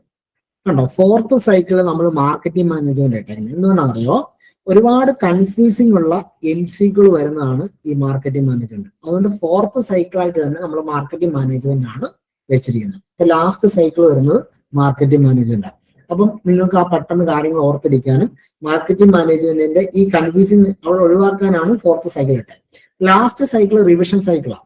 അവിടെ ഫുൾ സിലബസിനെ ബേസ് ചെയ്തിട്ടുള്ള PYQ പോകുന്നുണ്ട്, പ്ലസ് അതിനോടൊപ്പം തന്നെ നമ്മുടെ മെഗാ മാരത്തോൺ എന്ത് ചെയ്യും, പോകും കേട്ടോ. ഇനി ഫസ്റ്റ് സൈക്കിൾ ഏതൊക്കെയാ വരുന്നത്, ഫിനാൻഷ്യൽ മാനേജ്മെന്റ്, അക്കൗണ്ടിങ് വരും, കോസ്റ്റ് അക്കൗണ്ടിങ് വരും. സെക്കൻഡ് സൈക്കിളിൽ നമ്മൾ എടുക്കുന്നത് കമ്പനിയിലോ മാനേജറൽ എക്കണോമിക്സ്, ഓഡിറ്റിംഗ് എടുക്കും. തേർഡ് സൈക്കിളിൽ management, income tax, capital market. കണ്ടോ, ഇൻകം ടാക്സും ക്യാപിറ്റൽ മാർക്കറ്റ്. ഇൻകം ടാക്സ് എന്തുകൊണ്ടാണ് തേർഡ് സൈക്കിൾ എടുത്ത്, കാരണം പരീക്ഷയ്ക്ക് കുറച്ചുകൂടെ അടുക്കുന്ന സമയത്താണെങ്കിൽ അതും ഇൻകം ടാക്സ്, ഈ ഇൻകം ടാക്സ് കൊണ്ടുപോയി ഫോർത്ത് സൈക്കിൾ കൊടുത്താൽ എന്താ പ്രശ്നം, ഇൻകം ടാക്സ് പഠിക്കാനേ നേരം കിട്ടുള്ളൂ, റിവിഷൻ ചെയ്യാൻ നേരം കിട്ടില്ല. അതുകൊണ്ടാണ് അതിനെ കറക്റ്റ് പ്ലേസിൽ കൊണ്ടുപോയി വെച്ചിരിക്കുന്നത്. ഓക്കെ, അപ്പൊ 1 to 5 days, 6 to 10 days, അങ്ങനെ ഓരോ സൈക്കിളിനും കൃത്യമായിട്ടുള്ള ഡേയ്സുകൾ നമ്മൾ അലോട്ട് ചെയ്തിട്ടുണ്ട്. ഓക്കെ, അപ്പൊ ഓൾറെഡി നമ്മുടെ ചാനലിൽ നമ്മുടെ ക്ലാസ്സുകളെല്ലാം വൃത്തിയായിട്ട് നിങ്ങൾക്കുണ്ട് അല്ലെ. നിങ്ങൾക്ക് കാണാം എങ്ങനെയാണ് നമ്മൾ ക്ലാസ്സുകൾ എടുക്കുന്നതും നമ്മുടെ രീതികൾ എന്താണ്, നമ്മുടെ സ്വഭാവം എന്താണ്, നമ്മൾ ഏത് രീതിയിലാണ് മുന്നോട്ട് പൊയ്ക്കൊണ്ടിരിക്കുന്നത് എന്നുള്ളത് കൃത്യമായിട്ട്. നമ്മുടെ സ്വഭാവം എന്ന് പറയുന്നത് നമ്മുടെ ക്ലാസ്സിന്റെ സ്വഭാവം കേട്ടോ. യെസ് കേട്ടോ. അപ്പൊ അതെല്ലാം നമുക്ക് അവിടെ ക്രാഷിന്റെ ഫീസ് എങ്ങനെയാണ്, നിങ്ങൾക്ക് ഇതുമായിട്ട് ബന്ധപ്പെട്ട എല്ലാ കാര്യങ്ങളും വിശദാംശങ്ങളും നമ്മുടെ നമ്പർ ഉണ്ട് അല്ലെ, നമ്മുടെ നമ്പറിൽ അവൈലബിൾ ആണ്. എല്ലാ കാര്യങ്ങളും നിങ്ങൾക്ക് അവിടെ ചോദിക്കാം കേട്ടോ. നമ്പറിൽ വിളിച്ചു കഴിഞ്ഞാൽ എല്ലാ വിശദാംശങ്ങളും അവിടെ കിട്ടും. അപ്പൊ വളരെ സിസ്റ്റമാറ്റിക് ആയിട്ടാണ് നമ്മുടെ ക്രാഷിന്റെ ടൈം ടേബിൾ നമ്മൾ എടുത്തിരിക്കുന്നത് കേട്ടോ.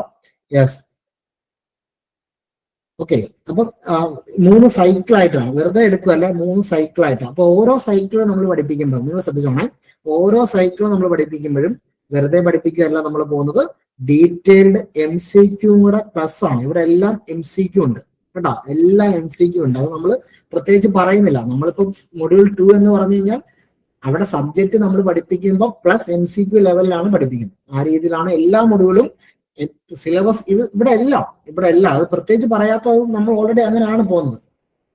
യെസ്, PYQ പ്ലസ് സിലബസ്, അങ്ങനെയാണ് ഓരോ മൊഡ്യൂളും പോകുന്നത്. ഓരോ മൊഡ്യൂളും അങ്ങനെ തന്നെയാണ് പോകുന്നത് കേട്ടോ. അപ്പൊ ഓൾറെഡി നമുക്ക് ഞാൻ ഇതൊക്കെ ഈ എഴുതാതെ തന്നെ ഓൾറെഡി നമ്മുടെ ക്ലാസ്സിൽ നിന്ന് തന്നെ നിങ്ങൾക്കെല്ലാം ഹിഡൻ ആയിട്ടുള്ള കാര്യങ്ങളാണ് അല്ലെ. നമ്മുടെ 60 ദിവസത്തെ നമ്മുടെ ലൈവ് ക്രാഷ് ബാച്ചിന്റെ പ്രത്യേകത എന്ന് പറയുമ്പോൾ ഫുൾ സിലബസ് അവിടെ കവർ ചെയ്യുന്നുണ്ട് അല്ലെ.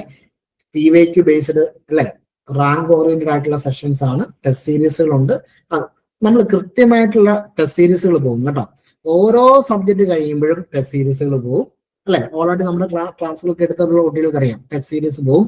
ആ ടെസ്റ്റ് സീരീസുകൾ കൃത്യമായിട്ട് നമ്മൾ ഇവാലുവേറ്റ് ചെയ്തും പോകാറുണ്ട് കേട്ടോ. യെസ്, മാക്സിമം ഡൗട്ട് ഓറിയന്റഡ് സെഷൻസും കാര്യങ്ങളും എല്ലാം ഇതൊക്കെ നമ്മുടെ കോഴ്സിൽ ഓൾറെഡി ഉള്ള കാര്യങ്ങളാണ്. ഞാൻ അതൊന്ന് പരിചയപ്പെടുന്നത് മാത്രമേ ഉള്ളൂ കേട്ടോ. യെസ്, ഇനി നിങ്ങളെ സംബന്ധിച്ചോളം ഇനി എന്തെങ്കിലും ക്വറീസ് ഉണ്ടെങ്കിൽ ചോദിക്കാം. നിങ്ങളെ സംബന്ധിച്ചോളം എന്തെങ്കിലും സംശയങ്ങൾ ഉണ്ടെങ്കിൽ ചോദിക്കാം. എന്ത് സംശയം വേണമെങ്കിലും നിങ്ങൾക്ക് ചോദിക്കാം. ഇനിയിപ്പോ നിങ്ങളുടെ ഒഴിവാണ്.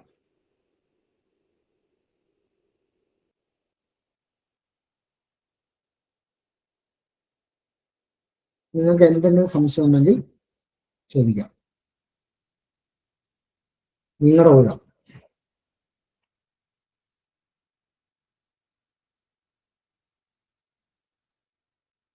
എന്തെങ്കിലും സംശയമുണ്ടോ? ക്ലാസ്സുമായിട്ടോ ബന്ധപ്പെടുന്ന വിഷയങ്ങളോ എന്തെങ്കിലും സംശയം ഉണ്ടെങ്കിൽ ചോദിക്കാം. ഞാൻ പറഞ്ഞല്ലോ, നിങ്ങളൊരു കുറേ കൂടെ സീരിയസ്നെസ് ആയിട്ട് തന്നെ ഈ പഠിത്തത്തെ മുന്നോട്ട് പോകാൻ ശ്രമിക്കണം. കാരണം അങ്ങനെ പോയെങ്കിൽ മാത്രമേ നമുക്ക് മുന്നോട്ട് നല്ല രീതിയിൽ പോകാൻ പറ്റുള്ളൂ കേട്ടോ.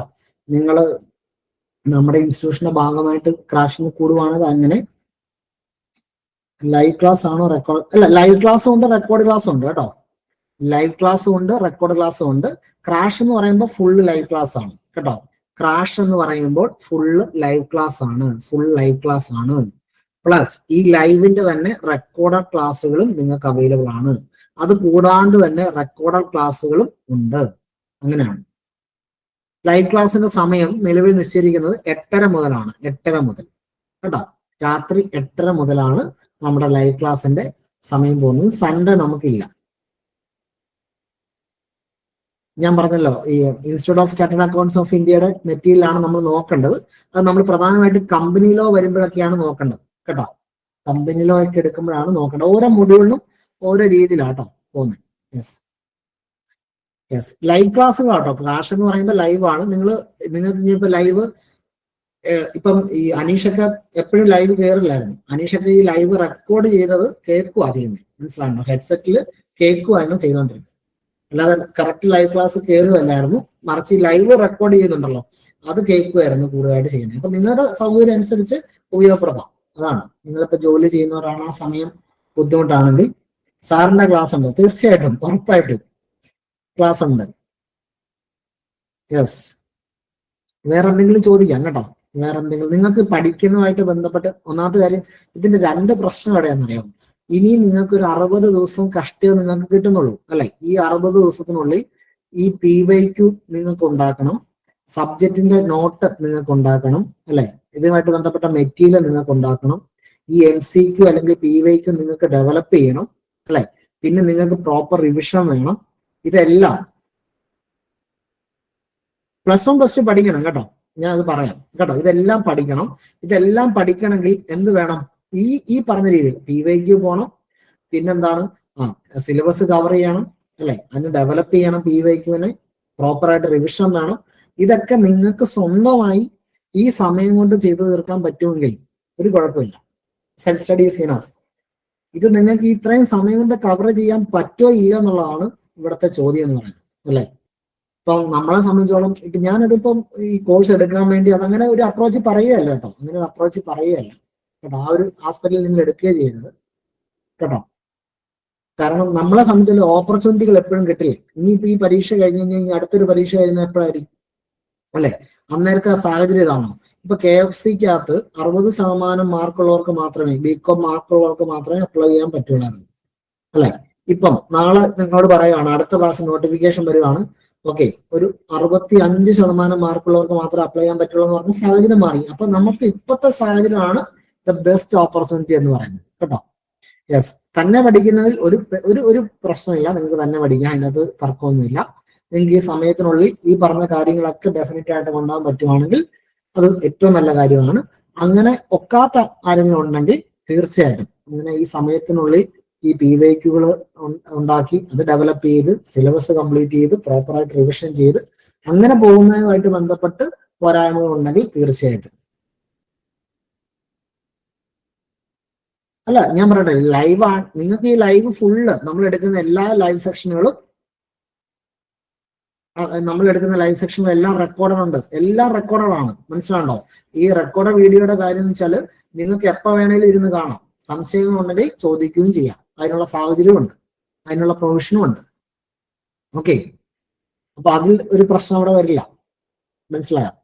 പിന്നെ ഞാൻ പറഞ്ഞില്ലേ, നമ്മളിപ്പോ ഒരു ഗവൺമെന്റ് ജോലിക്ക് വേണ്ടിയാണ് നമ്മൾ ട്രൈ ചെയ്യുന്നത് അല്ലെ. അപ്പൊ സ്വാഭാവികമായിട്ടും നമ്മൾ അതിന് കുറച്ച് ത്യാഗങ്ങളൊക്കെ സഹിക്കേണ്ടതായി വരും. തീർച്ചയായിട്ടും ജോലി കഴിഞ്ഞ് വന്ന് പിന്നെ ആ ക്ഷീണം ഉണ്ടാവും, അതൊക്കെ മാറ്റി വെച്ച് അല്ലെ, കുളിച്ച് നമ്മൾ ഫ്രഷായി അല്ലെ, എന്തെങ്കിലും ഇച്ചിരി കഞ്ഞി എന്തെങ്കിലും കുടിച്ചിട്ട് നമ്മൾ ഇത് പഠിക്കണം. ഇങ്ങനെ വേണ്ടേ? ഇങ്ങനെ വേണം കേട്ടോ. നമുക്ക് ഈ ജോലി വേണം എന്ന് ഉറച്ച നിലപാടിൽ ആഗ്രഹിക്കുന്നവരെ സംബന്ധിച്ചോളം ഇനിയുള്ള സമയം എത്രമാത്രം ഇമ്പോർട്ടന്റ് ആണ് കേട്ടോ. യെസ്, മറ്റെന്തെങ്കിലും പറയാനുണ്ടോ? നിങ്ങൾക്ക് അത്യാവശ്യം ഈ സെഷൻ ഉപകാരപ്പെട്ടല്ലോ അല്ലെ? അത്യാവശ്യം എല്ലാം വന്നില്ലേ? നമ്മൾ കഴിഞ്ഞ കാലത്തെ അല്ലെങ്കിൽ കഴിഞ്ഞു പോയ പരീക്ഷയുടെ അല്ലെ അഡ്വൈസ്, അതിന്റെ ഡീറ്റെയിൽസ് കാര്യങ്ങളെല്ലാം വന്നു. നിലവിലുള്ള അല്ലെ, യെസ്, നിലവിലുള്ള കാര്യങ്ങളെല്ലാം വന്നു. നമ്മൾ അനീഷിനുമായിട്ടൊന്ന് ബന്ധപ്പെടാൻ ശ്രമിച്ചു, പക്ഷെ റേഞ്ചിന്റെ പ്രശ്നമാണ്. ഞാൻ കുറച്ചും കൂടെ നിങ്ങളുടെ കൊറീസും കൂടെ ഒന്ന് റിലേറ്റ് ചെയ്യാൻ നോക്കിയായിരുന്നു. പക്ഷെ സാർ ക്രാഷ് ക്ലാസ് 100 ബാച്ചിൽ അതെ ക്രാഷ് ക്ലാസ് ഓൾറെഡി ഇന്നായവർക്ക് പ്രശ്നമില്ല കേട്ടോ. ലൈവ് ക്ലാസ് ഒക്കെ ഉള്ളവർക്ക് പ്രശ്നമില്ല. പുറത്തുനിന്ന് വരുന്ന ജോയിൻ ചെയ്യാവുന്നവരെ പറ്റിയാണ് ഈ ഫീസിന്റെ കാര്യങ്ങളൊക്കെ പറഞ്ഞിട്ടുള്ളത്. അതും നിങ്ങൾക്ക് ഈ കോൺടാക്ട് നമ്പറിൽ നോക്കിയാൽ മതി. Okay, yes. അപ്പൊ നിങ്ങളുടെ ഏകദേശ ധാരണകളൊക്കെ അവിടെ നല്ല പ്രസന്റേഷൻ ആയിരുന്നു സാർ, എല്ലാം ക്ലിയർ ആയി. Okay, thank you. അപ്പൊ ഞാൻ പറഞ്ഞല്ലോ, നമ്മളിവിടെ കഴിഞ്ഞ പരീക്ഷയുടെ കിട്ടി അതായത് നിങ്ങൾ ഓർത്തോണേ, നമ്മള് ഈ അഡ്വൈസ് കാര്യങ്ങൾ ഓപ്പർച്യൂണിറ്റി കിട്ടാനാണ് കഴിഞ്ഞ പരീക്ഷയുടെ പോയത്. ഇപ്പോഴത്തെ പരീക്ഷയുടെ സിലബസ് എന്ന് പറയുന്നത് കേരള ഫിനാൻഷ്യൽ കോർപ്പറേഷൻ സിലബസ് ആണ്. അതിന്റെ കട്ട് ഓഫ് മാർക്ക് നമ്മൾ പറഞ്ഞു. ഇപ്പൊ 75 മിനിമം വെക്കണം കേട്ടോ. ക്രാഷ് കോഴ്സ് എടുത്തില്ലാത്തവർക്ക് യെസ്, എനിക്കത് മനസ്സിലായില്ല. ഓക്കെ, നിങ്ങളുടെ ഒരു സംശയങ്ങൾ ഏകദേശം ഓക്കെ ആയെങ്കിൽ നമുക്ക് പിരിയാം കേട്ടോ. ഇപ്പൊ ഞാൻ പറഞ്ഞല്ലോ, നിങ്ങൾ എങ്ങനെ പഠിച്ചതെന്ന് പറഞ്ഞാലും നിങ്ങൾ വളരെ ആത്മാർത്ഥമായി നിങ്ങൾ പഠിക്കുക. നിങ്ങൾ ഒരു ചെറിയ കഷ്ണം വായിക്കുന്നുണ്ടെങ്കിൽ പോലും വളരെ സത്യസന്ധമായിട്ട് നിങ്ങളത് വായിച്ച് മനസ്സിലാക്കാൻ ശ്രമിക്കുക. നിങ്ങൾ പറ്റിക്കാതിരിക്കുക, അതാണ് ഞാൻ പറയാനുള്ളത്. വെറുതെ തട്ടിക്കൂട്ട് പരിപാടി, ഒരു ക്വസ്റ്റ്യൻ പഠിച്ചു അല്ലെങ്കിൽ ഒരു കൺസെപ്റ്റ് പഠിച്ചു, അതിന്റെ അരയും മുറിയും പഠിച്ചു അങ്ങനെ പോകാതെ കുറച്ച് സമയം കൊടുക്കുക. നിങ്ങൾ വിചാരിക്കുന്ന പോലല്ല, ഒരു കൺസെപ്റ്റ് പഠിക്കുമ്പോൾ കുറച്ച് സമയം കൊടുത്തു കഴിഞ്ഞാൽ നല്ല ക്ലാരിറ്റിയിൽ നിങ്ങൾക്ക് ഒരു നോട്ട് ഉണ്ടാക്കിയെടുക്കാൻ പറ്റും, നല്ലൊരു ധാരണ ഉണ്ടാക്കിയെടുക്കാൻ പറ്റും കേട്ടോ. അപ്പം അങ്ങനെ നിങ്ങൾ പഠിച്ചു പോകാൻ വേണ്ടി ശ്രമിക്കണം കേട്ടോ. അപ്പൊ ഇതൊക്കെ ഈ സമയത്തിനുള്ളിൽ ഓടണം. അപ്പൊ അതുകൊണ്ട് ഒരു സമയം പോലും കളയാതെ ഒരു ടൈം ടേബിൾ നിങ്ങൾക്ക് ഒരു ടൈം ടേബിൾ വേണം കേട്ടോ. രാവിലെ എഴുന്നേൽക്കുന്ന തൊട്ട് കിടക്കുന്ന വരെയുള്ള ടൈം ടേബിൾ വേണം. ഈ പരീക്ഷ കഴിഞ്ഞിട്ട് നിങ്ങൾക്ക് എത്ര വേണമെങ്കിലും കിടന്നുറങ്ങാം അല്ലെ, നിങ്ങളുടേതായ സാഹചര്യങ്ങളിൽ നിങ്ങൾക്ക് പോകാം കേട്ടോ. അപ്പൊ നന്നായിട്ട് പഠനം മുന്നോട്ട് പോട്ടെ. അപ്പൊ എല്ലാ ഭാവങ്ങളും നേരുന്നു. ഇത്ര നേരം നമ്മുടെ ക്ലാസ് കേട്ടോണ്ടിരുന്ന എല്ലാവർക്കും വലിയ താങ്ക്സ് കേട്ടോ. യെസ്, അപ്പൊ ശുഭരാത്രി. യെസ്, അപ്പൊ ക്ലാസ് വൈൻഡപ്പ് ചെയ്യാണ്. Thank you. ഓക്കെ.